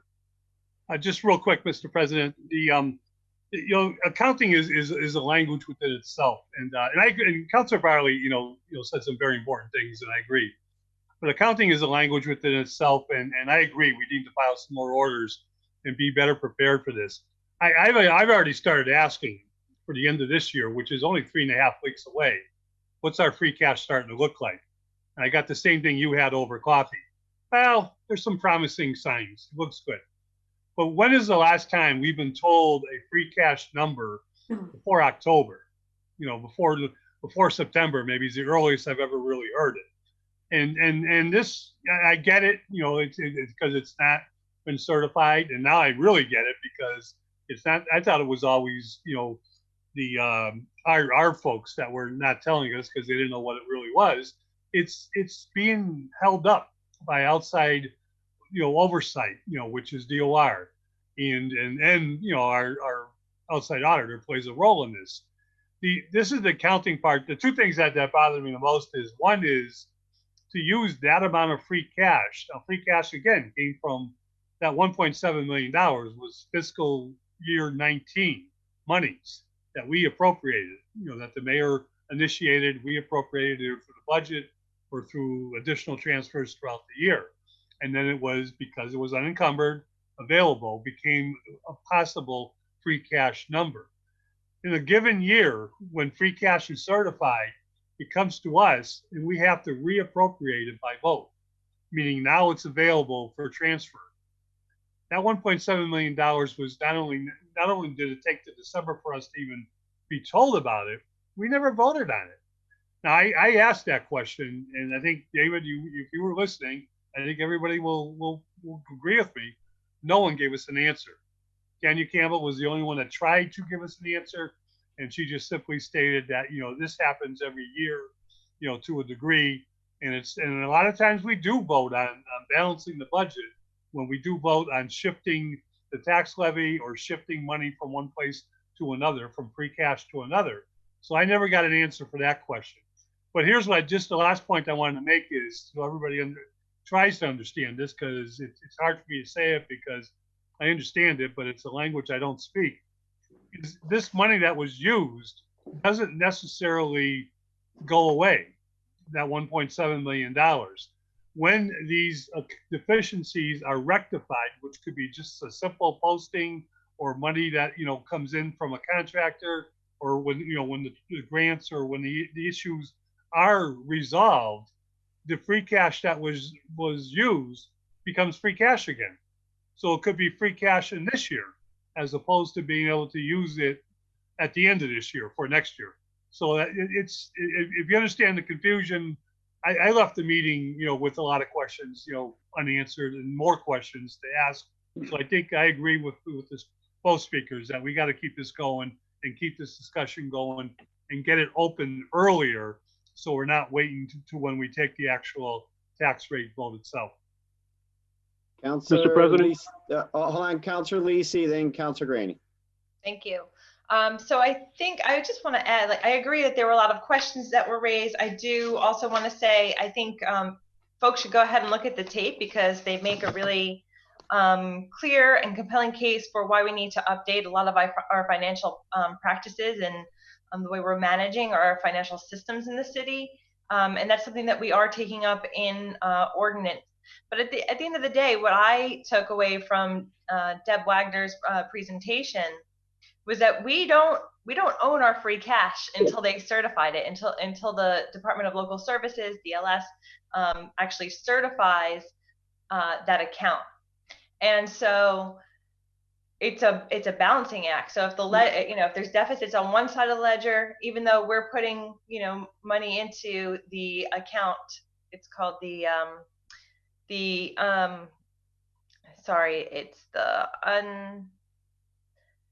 it's a fund balance account. And if there is money in there at the end of our fiscal year, but there are deficits, to make the account whole, or as whole as possible, Department of Local Services is going to take money away from that account and then certify whatever's left over. So that's where that reduction came from. So we don't actually get to access that account until it's fully certified by Department of Local Services.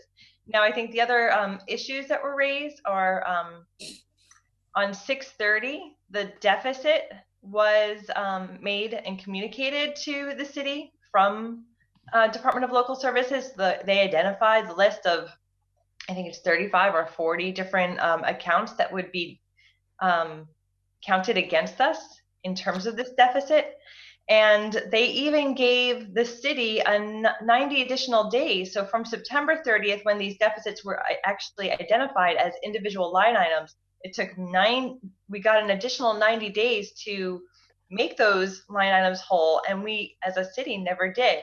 So that's an interesting question that I think we should dig more deeply into. I do think that as far as this order is concerned, it is complied. We understand now the reason for that taking of free cash before it was actually something that we could touch and hold on to and use in some way. I think that there are a number of questions. It seems that Councilor Bartley and Councilor McGee are going to file another order to dig into some of those questions. But overall, I think that, you know, if we have individual line items that had been identified and in 90 days, people throughout the city weren't able to, you know, tidy up those accounts in some way, I think that is a management issue. And you know, the whole front half of the meeting was talking about how the city of Holyoke since 2007 has gotten recommendations from the Department of Local Services and Department of Revenue about how to more effectively manage the city's finances, and that we really have a moral obligation because we are you know, the stewards of this trust. So we really need to take a hard look at how we're going to start to update the city's financial management practices and organizational structure. We are dealing with that in ordinance, and we are planning on meeting next on June 9th. Although I think we're having trouble finding someone from DLS to come for that meeting. So I'm a little bit up in the air about what that agenda is going to look like exactly at this point, and I apologize. Councilor Graney. Yeah, just a quick comment. Of course, the term free cash always bothers me. There's no such thing as free cash. But what we have to do, we're duty bound and we're obligated as Councilor Lisi said, to be stewards of the money that passes through the city. And we have an obligation to make sure that the term free cash for 69 separate accounts doesn't turn into slush funds, because that's a very negative connotation. And the more transparency that we have and the more accountability that we have to lay this on the table, the better off we're going to be as a city, the more transparent we are as a council, and the taxpayers of the city of Holyoke need to know where our money is going at all times. Thank you very much. Thank you. Councilor McGivern? Just a quick follow up on Councilor Lisi. You know, I get the April stuff, and I get everything that, you know, was going on. I think my comments kind of addressed it a little bit different. But just so everybody knows, these deficiencies weren't all just 1 year. Some of those deficiencies go back 2, 3, and more. And they were deficiencies that the city gave answers to, and the DOR accepted them. But the DOR came to a point, and I didn't get a straight answer as to why this year it came to a $1.7 million, you know, we got to clear up these deficiencies right now. So it wasn't just like it happened all in 1 year. I agree with Councilor Lisi, but some of those line items go back 2 or 3 years. Councilor Lisi, hands up. If I could just respond to that last point, I think the reason why it hit us this year with a deficit is because that line item, and I can't remember the name, my notes are just chicken scratch at this point, but the whatever fund balance, the undesirable, is that what? I'm sorry. Unencumbered? What was it? Unencumbered? No, it's something else. But so there's a fund balance account, and we've been drawing down on that account through these deficits year after year after year. We've been drawing down on this account to the point that this past year is where we got to the point where we actually created a deficit there. And so our free cash was hit for the first time because, you know, if we had, I'm just going to make up a number, like $5,000, and the deficits were there at $1,000 a year, $1,000 a year, $1,000 a year, and we got to the 5th year, we had nothing left in that account as a cushion. And so that's why in this year, it impacted us as an actual negative and deficit that our free cash had to make up. That was the explanation there. On the motion, Todd. Okay, so with that, 25D and E, was that both have been complied with? That's correct. All those in favor? Aye. All opposed? There was no public safety, public service. Councilor Leahy, do you want to take them up as a package or one at a time? Your call. Running out of time for me. Exactly. Okay. So So 26, or I'm sorry, 27, Committee on Public Service was referred to mayoral appointment, Bernice Bowler to serve as a member of the Conservation Commission. Recommend that be confirmed. Term will expire February 1, 2023. Yeah, it's an appointment by the mayor, another good appointment by the mayor. The mayor makes some excellent decisions when he puts these people in these posts. She's a person that's, I think everybody in the city of Hoyoke knows her. I think it's going to be an excellent position for her. She's very excited about it. She's very good at fundraising and volunteering, and great comprehension. Any further comment for this one? Motion is to confirm the appointment for a 3-year term. All those in favor? Aye. Aye. All those opposed? 26, or 20, I'm sorry, 27B, I apologize. Committee on Public Service was referred to mayoral appointment for Christine Berg, if I said that correctly. Hoyoke Historic District Commission recommended that be confirmed. Will expire January 30th, 2023. I make a motion to approve this appointment as well. She came on, it was a great interview. It was more, these weren't interviews, these were just conversations. We had conversations with each person. Another person that was very, very nice. This person wants to give back to the community. Another good appointment by Mayor Morse. So the motion, if there's no other comment, motion is to receive and confirm the appointment. All those in favor? Aye. Aye. All those opposed? It is confirmed. C is Committee on Public Service will refer mayoral appointment of Elena Aubrey to serve as the Historic Commission for the City of Hoyoke. Term will expire March 2023. Make motion to confirm. Second it. Yeah, she's a social worker. Her neighbor is on the Parks and Rec Commission, and she's always talking to her neighbor and seeing exactly, about giving back to the community. She's a first-time homeowner. She bought a house here in Hoyoke. I think she said 2016. She wants to give back. She wants to do her life, social work, dealing with adolescents and children and adults as well. Mental health, and I think she's really a good fit for it. All right, I see no other comment or hands. Motion is to receive and confirm the appointment. All those in favor? Aye. Aye. All those opposed?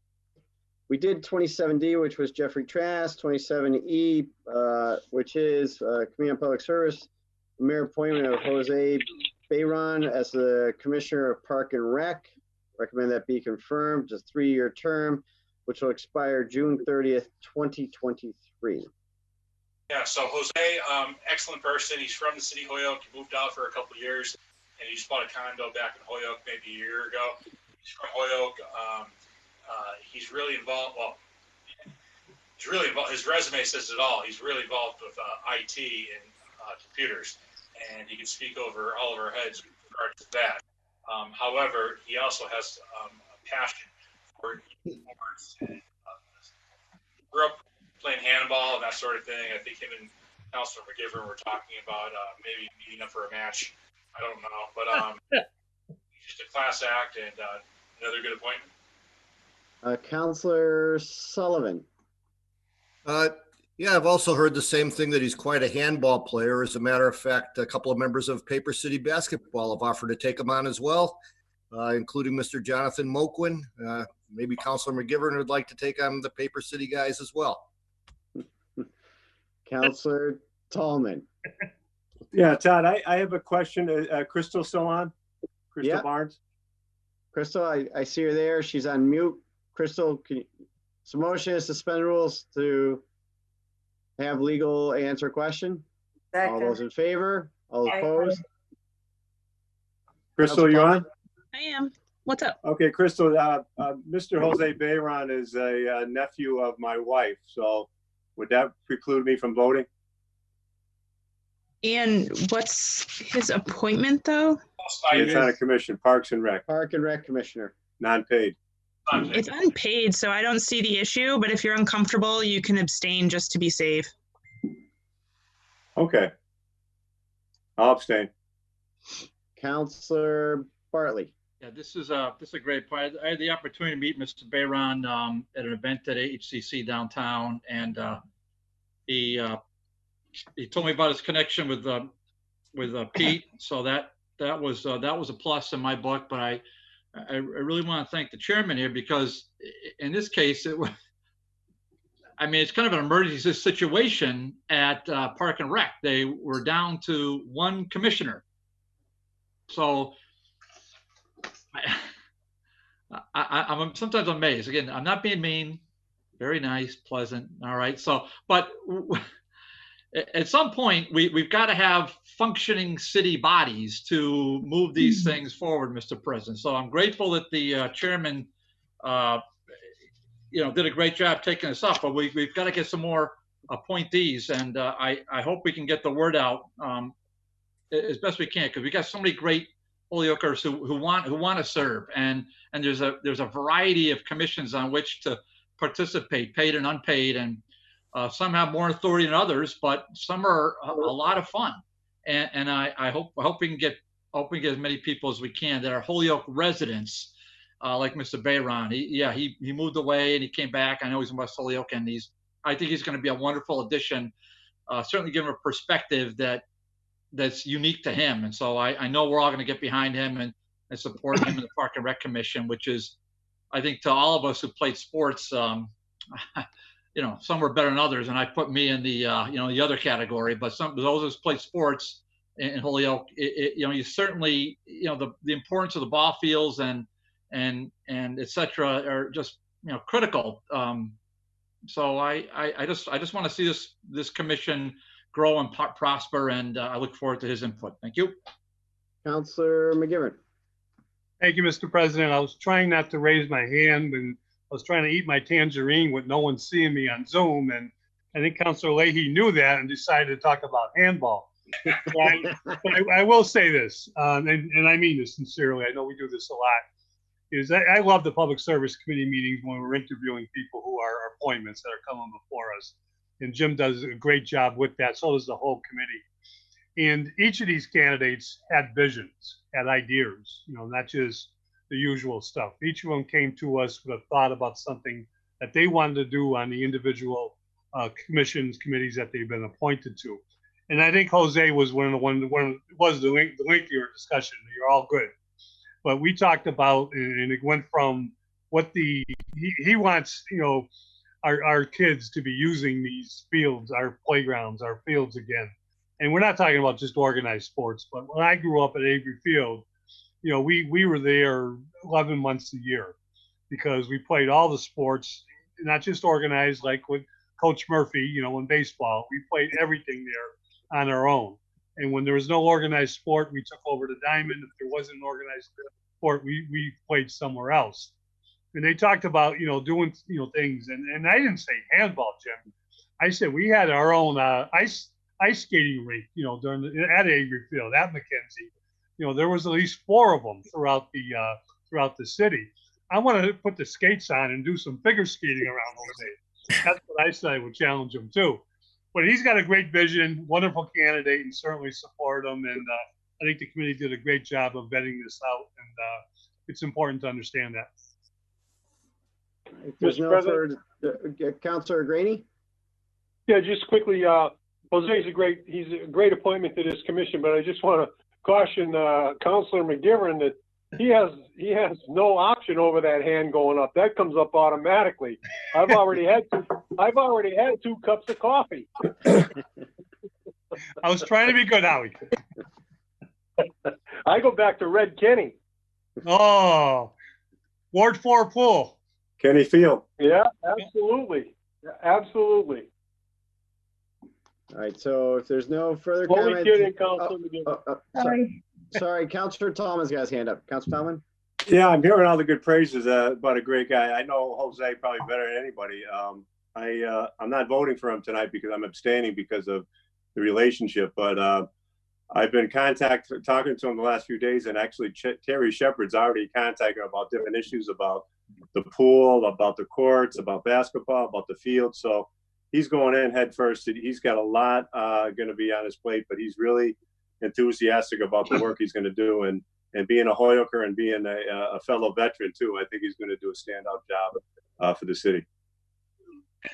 So you're abstaining? I mean, that's a little late now, isn't it?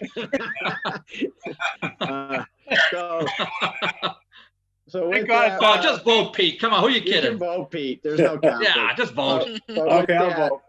I'll vote. With that, the motion is to confirm the appointment. Once again, it's as a reminder, a 3-year term, which expires June 30th, 2023. All those in favor? Aye. Aye. Opposed? It is approved. I do believe, let me get the last one. Committee on Public Service, 27F, that Mayor appoint Michael Dodge to serve as a member of the Conservation Commission, which will be a 3-year term, February 1, 2023. Councilor Leahy. I don't think it's a secret to anybody. I think everybody knows him. This is a reappointment. A counselor asked for him to get re-interviewed. I don't think that counselor showed up at the meeting, but maybe they watched the video. I'm not sure. Michael Dodge, solid person, PhD, works at AIC. He holds leadership positions in multiple different boards. He's well-rounded. He's the chairperson for the last year. He should be confirmed. See no further comment. Motion is to confirm the appointment for 3-year term. All those in favor? Aye. All those opposed? There's no DGNR, no charter and rules, no joint committee. So motion, orders, and resolutions. First one is from Councilor Bartley. Please revise. No, we tackled that. We did that one. Sorry, I apologize. I covered my notes. That one's already done. 32 is from Councilor Lisi. Order that the City of Hoyoke create a RC zone, taking into account both present, future developments for properties with appropriate criteria to ensure proper usage and promote continued mixed commercial, retail, and Hoyoke ordinance. Well, yes, but as a motion, I'd like to suspend the rules and take up 33, 34 as a package. They're all refiles and they're all going to ordinance. All right, so just fixing the numbers here. 32, 33, and 34. Motion to suspend the rules, take up as a package, 32, 33, 34. All those in favor? Aye. All opposed? 33, order is that the city council rezone the following parcels to RZ, and there's a list. And then 34 is order that the city remove from its code of ordinances Appendix A, zoning ordinance, section 8.3. All 3 to ordinance. Please. Mr. President. Councilor Bacon. Thank you, Mr. President. As it pertains to item 33, in terms of putting this out to the public, if it's going to be taken up in ordinance, there need to be street addresses. I rather doubt the owners of these properties know their property by these references in this notice. And so I don't really think it's noticing the owners. We would have to notice each of the owners if we actually took that up for public hearing. So before we could actually have the public hearing, each of those individual parcels plus the 300-foot butters around each of those parcels would have to be noticed. Mr. President, do I have the floor? Yes, Thank you. Yes, Councilor. So the purpose of this agenda is so people know what's going on. And for property owners to know this is going on, their address needs to be on the agenda. Not when they get notice that there's going to be a public hearing by a government body to tell them that their current zone would be now a different zone, which in my opinion, which I have voiced repeatedly and loudly, is a government overreach. So if we're going to continue along the lines of open meeting law, this is a fundamental public access issue. If a government body is going to take up somebody's property that they bought under a certain zone, and I'm sure paid good money for, and then decide that we might just decide to change that for the owner, at the least, the addresses need to be on this agenda just to meet the intent. Thank you. Well, what we can do is ask that legal confirm that the addresses should be listed here and get an opinion sent to the committee. I would appreciate that. Thank you. That's a very good idea. Okay, so we'll do that. Can I ask a question, Ty? We'll try. And Councilor Murphy. Yeah, just, and I'm not really sure the answer, but because item 32 is to create a zone and item 33 is to change current properties into that zone, how can we take up item 33 at this point when we don't have an RC zone to go to? And it would seem like we would have to do the 32, get that resolved, and then refile the second one, because it seems to me like we're filing something that right now can't be done. Yeah, I agree. It might be that we have to take up 32 first and then go to 33. I think they're trying to list everything in conjunction, but we'll get the law department to tell us how to deal with 33, and if it has to be refiled, then it'll have to be refiled. Okay, thanks. I see Councilor Bartley, then Councilor McGivern. Okay, thank you, Mr. President. Yeah, I just, so I think what I want to do is, well, let's hear, I guess we'll hear from the law department, but I'm all good about hearing things in committee. But with, just for the public watching, for counselors that, whatever.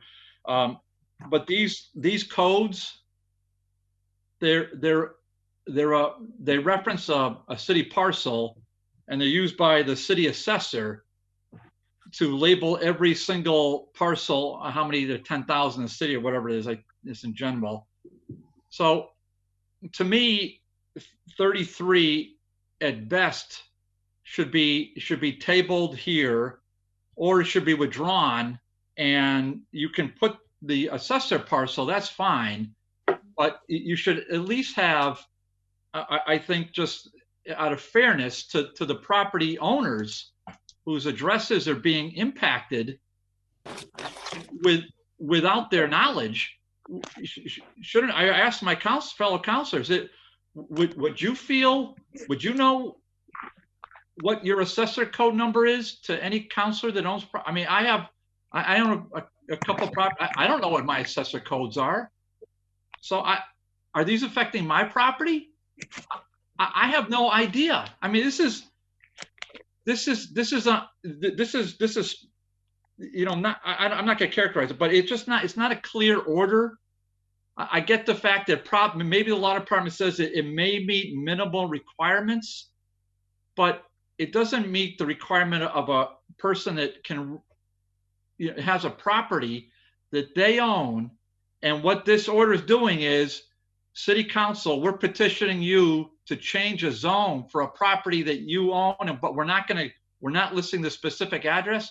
I'm not saying listen to the property owner, but that's point one. Two is, and I want to get a communication or something to this effect, because this is a pretty expensive proposition at a minimum, just to provide notice to every abutter within 300 feet of how many, there's a baker's dozen properties on here, Mr. President. So generally, when somebody is petitioning us for a zone change or for a special permit, it's the petitioner that pays for this. Now, we know that Holyoke's not exactly cash rich. So what the maker of the order is suggesting is not only are we going to change these parcels, but the city government is going to pay for the legal notices for this. And do we know what the expense is of that? Is it $1,000? Is it $900? What is it? And do we have a line item in our budget in the I mean, this would eat up the admin assistant's legal budget in one fell swoop. So I mean, I think so just consider the expense part, but the most important part is the fairness to the property owner. I mean, to my fellow counselors, I mean, do you know whether or not your home is listed on here? I'm going to suggest you probably don't. And if it is one of your houses or your properties or businesses, wouldn't you want to have the exact address? Thank you. Counselor McGivern. Thank you, Mr. President. I know it's going to committee, but I just have a question for the law department, which I just want to lead into with an explanation and certainly sort it out in committee. Item 34, I understand, is to get rid of the shopping center districts. I was the author of the shopping center district many, many years ago. And what we did was we created the language, which at the time, it's not, retail centers are far more advanced to what's the issues of today. But there were similar issues with when we tried to address them through a shopping center district. And what we did was we created a new language and then went to the individual property owners, the Holyoke Mall, the Crossings, Kmart, and so on, and try to get them to adopt into the shopping center district. And one by one, they all refused, except for O'Connell did one. And I just want to note that out, that's part of the problem here. I am in favor because we need a retail center district for a lot of reasons. It has nothing to do with it has everything to do with item number 32. But I understand the complexity of item 33. As far as the agenda goes, it's a very similar problem we have with our financial transfers. Those codes have to be entered. Those codes don't bring up the property address like they have to be hand done. Our financial transfers are entered with a certain code and don't bring up the departments for where the transfer is coming from. And we've been trying to overcome this. It's if I'm correct, Brenna, I think it's a Lotus problem, or it's an IT could resolve this problem, but to date, now that we have Wally, maybe Wally can help us with it. But my question to the law department, with all that said, is on item 33, each of those properties, will they be separate votes? I'm not asking for an answer right now, but down the road. Okay, so Mr. President. Councilor Graney. Yeah, the other factor about this proposition is these property owners would also like to know what retail shops are going to go in here. A retail center is a widespread commentary on what type of what type of business is going next to my home. What type of business am I going to what is it going in there? Is it going to be a bookstore? Is it going to be a liquor store? What's going in there? The people have a right to know what type of business would go in these retail centers. Thank Councilor Lisi, then Councilor Bacon. Thank you. Two things I want to say. Number one, this is all really, all these orders are in committee already. They've been in committee, and the only reason why we have to refile them is because there is a 65-day statute of limitation on when you could hold a public hearing from the day that the order is filed. So these are not new orders, first of all. They've all been filed in the past multiple times with the same language. So I feel like rehashing these issues isn't worth it. If people want the actual addresses of the parcels on Whiting's Farm Road that would be affected if we do in fact create the RC district, I'm happy to table that order and get actual addresses. It's not a big deal. Again, it's supposed to happen sequentially. There's there's a lot of things that have to happen before we'd even start talking about individual parcels changing the zoning, right? And I think Councilor Murphy very pointedly pointed that out earlier about how we have to create the district before we can actually rezone parcels into that district. But if that's a motion, I'll second. And I'll table item number 33. I'll get the actual addresses, And I would like the rest of the orders to go to committee so that we can move on scheduling public hearings. Thank you. All right, so 32 and 34 are to go to ordinance. All those in favor? Aye. Aye. All those opposed? 33 will be tabled. All those in favor? Aye. All Aye. those opposed? Okay.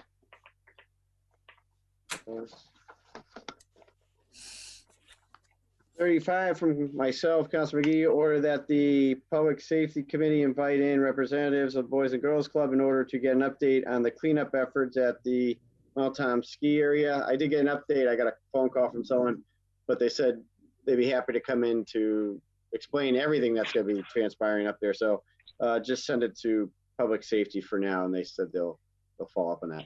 Councilor Tallman? Yeah, Todd, could you be added on to that order? I called to talk to one of our constituents up here in up in the Bemis area about this issue, and you just add me onto that order. Sure, absolutely. Councilor Bartley? Yeah, thank you, Mr. President. I want to be added on to the order too. I just want to bring up to the body that Councilor Bresnahan filed a very similar order to this probably in 2014 or 2015. And ran into a stone wall from the Boys and Girls Club. So it's my hope and expectation that we'll have a very frank hearing about what's going on, because this is frankly a complete and utter disgrace, the way that building's been maintained. I don't think there's a way to sugarcoat it.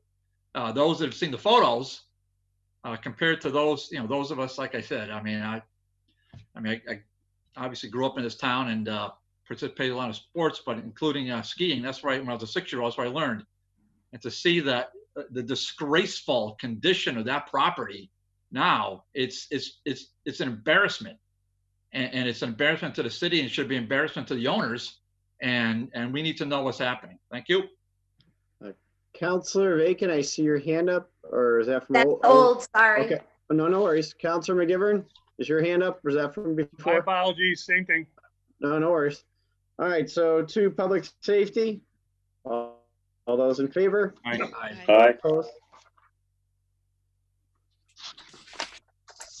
For myself again, order that the Board of Health look into blocking off areas and or streets near restaurants to help businesses with outdoor spacing so they can provide for customer service.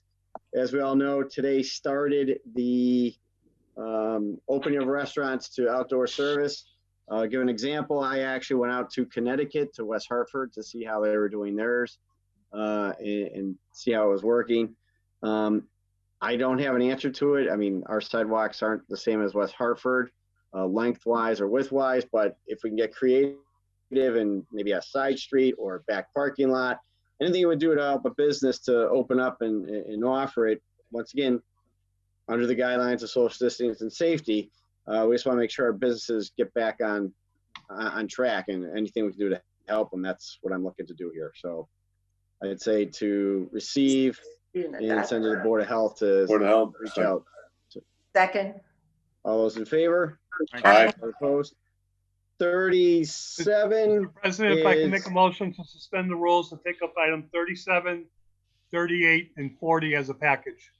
Second. Motion is to suspend rules, take up 37, 38, and 40. All those in favor? Aye. All opposed?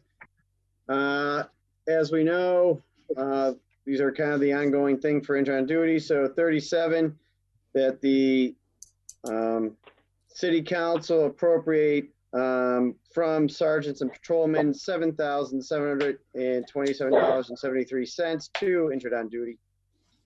38 is for the firefighters, from firefighters $4,328.15 to injured on duty.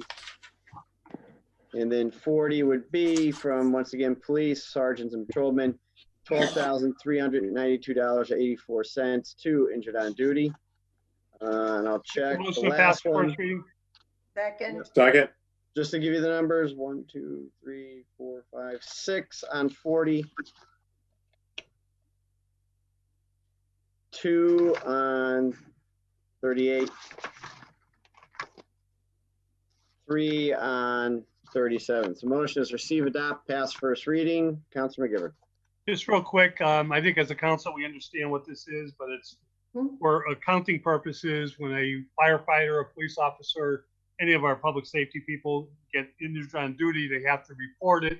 They still get paid their salary, obviously. This takes them off the rolls before they have to go through. Sometimes it's just for a day or two, but they have to go through a center to be looked at as far as what the injury was. It documents it, and then they go back to work. They go back into their salary line item. It's just a way of paying them, but at the same time, noting that they were off duty because of injury while on duty. So motion is passed first reading. All those in favor? Aye. All those opposed? Motion to pass the second reading? Motion is passed the second reading. Clerk will call a roll. If you vote yes, you're voting for all three.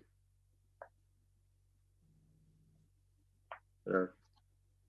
Clerk vanish. Oops.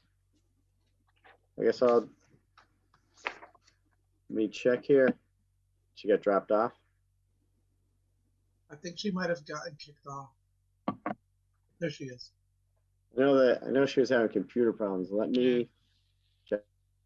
It looks like she got kicked off, but she's back in there now. All right.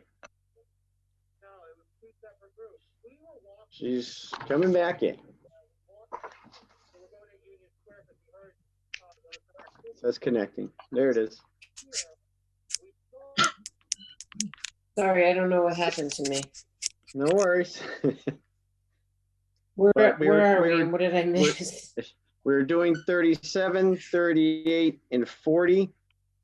It's the patrolmen, firefighters, and patrolmen again. We passed the first reading. Are you ready for the roll call? Roll call, yes. Anderson Burgos? Yes. Bartley? Yes. Graney? Yes. Hernandez? Yes. Leahy? LeBron Martinez? Yes. Lisi? Yes. McGee? Yes. McGivern? Yes. Murphy? Yes. Sullivan? Yes. Coleman? Yes. Bacon? Yes. Unanimous vote. With your vote, you approve those three. On to 39. Make a motion to suspend the rules, Mr. President. To take up 39, 41, 42, 43, 44, and if Councilor Sullivan wants 45, and refer to the Committee on Finance. Second. Councilor Sullivan, is 45 okay? Yep. Okay. The motion to suspend the rules, take up 39, 41, 42, 43, 44, and 45 as a package. All those in favor? Aye. Aye. Opposed? And send to finance, Councilor McGivern? Correct. And send to finance. All those in favor? Aye. Aye. All opposed? All right.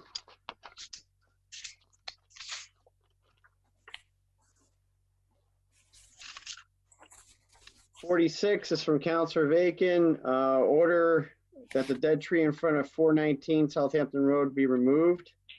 Motion be receive, adopt, send to DPW. And refer to DPW and the forestry. Second. So receive, adopt, send to DPW and forestry. All those in favor? Aye. Aye. Aye. Opposed? 47.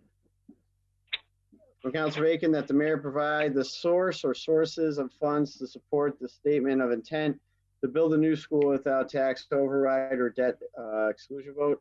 He stated it was a matter of priorities when seeking approval for the new school to be built. At this time, we do not have enough money in the fund to fund the police contract the mayor approved, and many businesses remain closed or severely limited due to COVID-19. It appears there is not adequate funding for the current budget or the proposed budget for fiscal year. Information needed to be provided to show we can afford the city portion of building a new school or statement of intent should be withdrawn, referred to Finance Committee. Yes, please. Motion is to receive and send to Finance. Copy to the mayor so we can get an answer. All right, Finance, Thank you. copy to mayor. All those in favor? Aye. Aye. All those opposed? Todd? Don't run away yet. There are Todd? some late files. Yep. Oh, you got order 48. Counselor, Or oh, 48. I'm sorry. Sorry, 48. Counselor Tommy, you had a filed it. question? Oh, no, I just had a statement. You talked earlier about a half hour ago about the fireworks. I can hear them right behind my yard. I'm about 100 yards from Wyckoff. Listen, I think half this that's what body's going in off Ward at. 7, but can we get to 48? We'll Yeah, we can figure do out it. Ward 7 later. Well, We let's can have do the it. Ward I'm just 7 telling you, I can hear neighborhood 'em. meeting after this, okay? We're pinpointing, Counselor Bartley, pinpointing. Go ahead. Jeez. Sir, I I know where they're invite you coming to from. Ward 4. Ward 4 is like dynamite. Yeah. Without a doubt, Ward 4 is dynamite.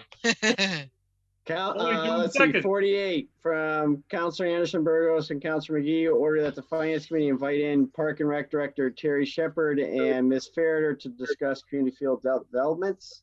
The So, finance? Finance. All's in favor? Aye. Opposed? Like I said, don't rush away yet. I jumped the gun a bit. Things that came in, they're not really late file, but we couldn't get them on the agenda because it was closed. So anyways, from Counselor Hernandez, order, let's see here. Lawler Street has speed humps. What would an option be for O'Connor Ave in order to deter traffic and speeding? Are there plans to continue a single lane traffic with bike lane and parking on both sides of the street? Motion would be to receive, send to the engineer. and public safety. Yes, and that was some public comments, like feedback from one of our residents, Cocaine Givner. And since we're doing the Zoom meeting, she sent them afterwards. So I wanted to make sure that they were voiced. No. So motion would be received, sent to the engineer, and then to public safety. So they'll take it up. Thank you. All those in favor? Aye. Late file B, from Counselor Hernandez, potholes on Locust Street between Appleton and Suffolk need to be addressed. Motion would be to receive, adopt into DPW. Yep. Yes. Yeah, Counselor McGivern, your hand up? Or? Yes, if we could we, if with the maker of the order, could we add Vassar Circle and Radcliffe to that? Yes, absolutely.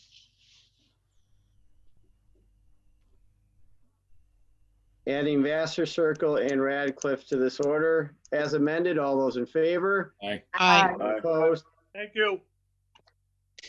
C, from Counselor Hernandez, order that residents and constituents from Pine Street near Appleton have expressed concern of the increased drug trafficking in the neighborhood, parking and idling in front of their properties, and inquiring as to where neighborhood watch signs that would be in possession of DPW. I would like to order that they be installed and attempt to display that community meets and it's okay. So yes. Well, I learned that the DPW was in possession of these signs for a while now, and the residents there have expressed that they would like for them to be installed, as they have a very close and united group of neighbors that watch out, especially, they're right next to that big building on Appleton, and there's a lot of, activity there with all everything that goes on in that Appleton corner there. So they would like to have the signs installed, that way sending a message perhaps to all of the transients that they are vigilant and that they don't, they will be reporting.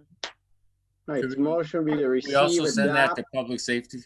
I like to be added, I like to be added on to the order because we've had meetings, community meetings regarding this issue with Wayfinders who runs the Chestnut Alliance, and those were requests that they've made in the past.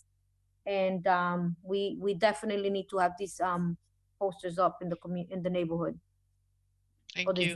The signs. Thank you, Libby, for that. Yes, absolutely. So can we adopt this chart on the signs, but also refer to the Public Safety Committee? Yep. So motion is receive, adopt, send to DPW to install the signs, but a copy to public safety, and they can make sure it's followed up on. All those in favor? Aye. Opposed? D, Councilor Hernandez, handicap sign installation for, I don't say names, 28. Mr. John Kelly. Yeah, we did, because it can't go to a specific person. That's why I usually don't say Oh, names. no, but no, I it's- know. That's true. Right. That's true. So 28 Clinton Ave is the location. Does he need a sign or is it? Well, it's follow-up really because everything was already sent to that commission that approves it. I know that Ryan was working on getting me an update, and I know that everything was delayed since the pandemic. However, he has has contacted me like 3 or 4 times asking for it. He really needs it, and I wanted to know, like, where do we stand on that? So we can have Ryan look it up in ordinance and from the commission to see if they approved it. Hey, just a quick thing. I believe that they have approved it, and it's just going to have to go on the next ordinance committee meeting, hopefully for, Okay. as long as it's okay. Follow up an ordinance to list it and get it going. Okay, So thank you. we'll send this over to ordinance as a reminder. All those in favor? Aye. All opposed? E is from Councilor Hernandez. Order, we'd like to file an order when allowing when Royalty is back to have the Hoyok Police Department park their truck on the corner of Sargent and Walnut. Incredible influx of heroin trafficking at 308 Walnut, and members installed across the street at 300 Walnut Street. Shot fires and now fireworks on daily basis. So Yes, and I have witnessed this myself as I have walked, through all these streets regularly. The electrical box was tagged again with graffiti, and it's just like they're like blatantly just out there coming out of that building and just installed there, and I think that if we have more presence, I did see not so long ago, one of the police departments, like SUVs parked there just for a little bit. I know that they can't stay there, but it caused a tremendous, conflict for them because now people couldn't come through as easily. So maybe if we can have that big truck that they have parked there and have more visibility in that area, it's really, really bad. All right, the motion is to receive, send to HPD, but then to public safety so they can take it up. Yes. Mr. President. Councilor Murphy? Yeah, Councilor just, Murphy? I mean, that's an area that I agree totally with Councilor Hernandez. We need to do something about it. It's another one of those vacant lots that just kind of sits there and people come out and they're not feeling safe in the neighborhood. So I think there's a great order. We certainly need to try to get a greater police presence, but we've got to come to some point where we do not allow areas to be destitute like that and just continue to stay that way. And I think, it's an area that just, I'll use the example of Jackson and Chestnut Street with the housing. Maybe somewhere down the line in the near future, we can try to do something like that in that area as well, to start to reinvest in that area and make sure that people that are trying to live a good life get that opportunity to do it safely. Thank you. In good order, Councilor Hernandez. Can I reply back to that, Mr. Sure, President? Sure. And yes, Councilor Murphy, what's going on is that everybody that was installed in the Chestnut area, now they have moved, and new members, younger members, they have moved now to Sargent and Walnut. So they just moved from over there. There's less activity there, but now they're like really blown up in this area here. Mr. President? Yeah, Councilor Graney. Yeah, I could ask Councilor Hernandez, could the Board of Health be notified about that problem too? I'm sure, yeah, if it makes sense If we for could them add to also. it to the order to make sure that the Board of Health can check on that area to make sure, because I'm sure there's got to be needle problems and everything else that are out there too. And lots of garbage on a daily basis, lots of garbage. Okay, so receive, copy to Hoyok Police, Board of Health, and send to public safety for follow-up. Yes. All those in favor? Aye. This one is F. It's from Ferreter and Ferreter. Notice of a community outreach meeting. Victoria Frost LLC, 679 to 689 Main Street and 0 Boulay Street. Dear Clerk McGee, please accept this letter and the attached notice of communication outreach meeting as notice that Victoria Frost LLC is holding a community outreach meeting Monday, June 15th, 2020, 5 p.m. to 6 p.m. on Zoom relative to the proposed marijuana establishment located at the addresses discussed. If you have any questions, contact John Fairgrass. Yeah, receipts on the copy ordinance. So to ordinance, all those in favor, all opposed. Last one, I promise, from Councilor Anderson Burgos and myself, order that the ordinance committee invite in Engineer Bob Parent to discuss establishing and designing a citywide signage for a child safety initiative. Motion is to send to ordinance. Moved. All those in favor? Aye. Mr. President. Motion to it. Councilor. President, if I could real quick, I failed to mention at the end of the finance items going to committee. We're cut a little bit short, but finance will meet on June 10th. As you can see, it's going to be quite the healthy agenda. Two of those items, the mayor did agree to reduce the stabilization amount for the patrol officer's contract. So that appears to resolve the stabilization issues for that. And then there's an additional transfer and some additional monies found to pay for the rest of the money that is needed. I just wanted to point that out that we did receive that tonight. Okay. Yeah, Mr. President. Yeah. Just on those lines, do we have a communication from the mayor to that effect, Joe? Do we have a financial transfer? Yes, it was, yeah, it's 40. Where is it? It's 41 and 42. 42 is the stabilization one.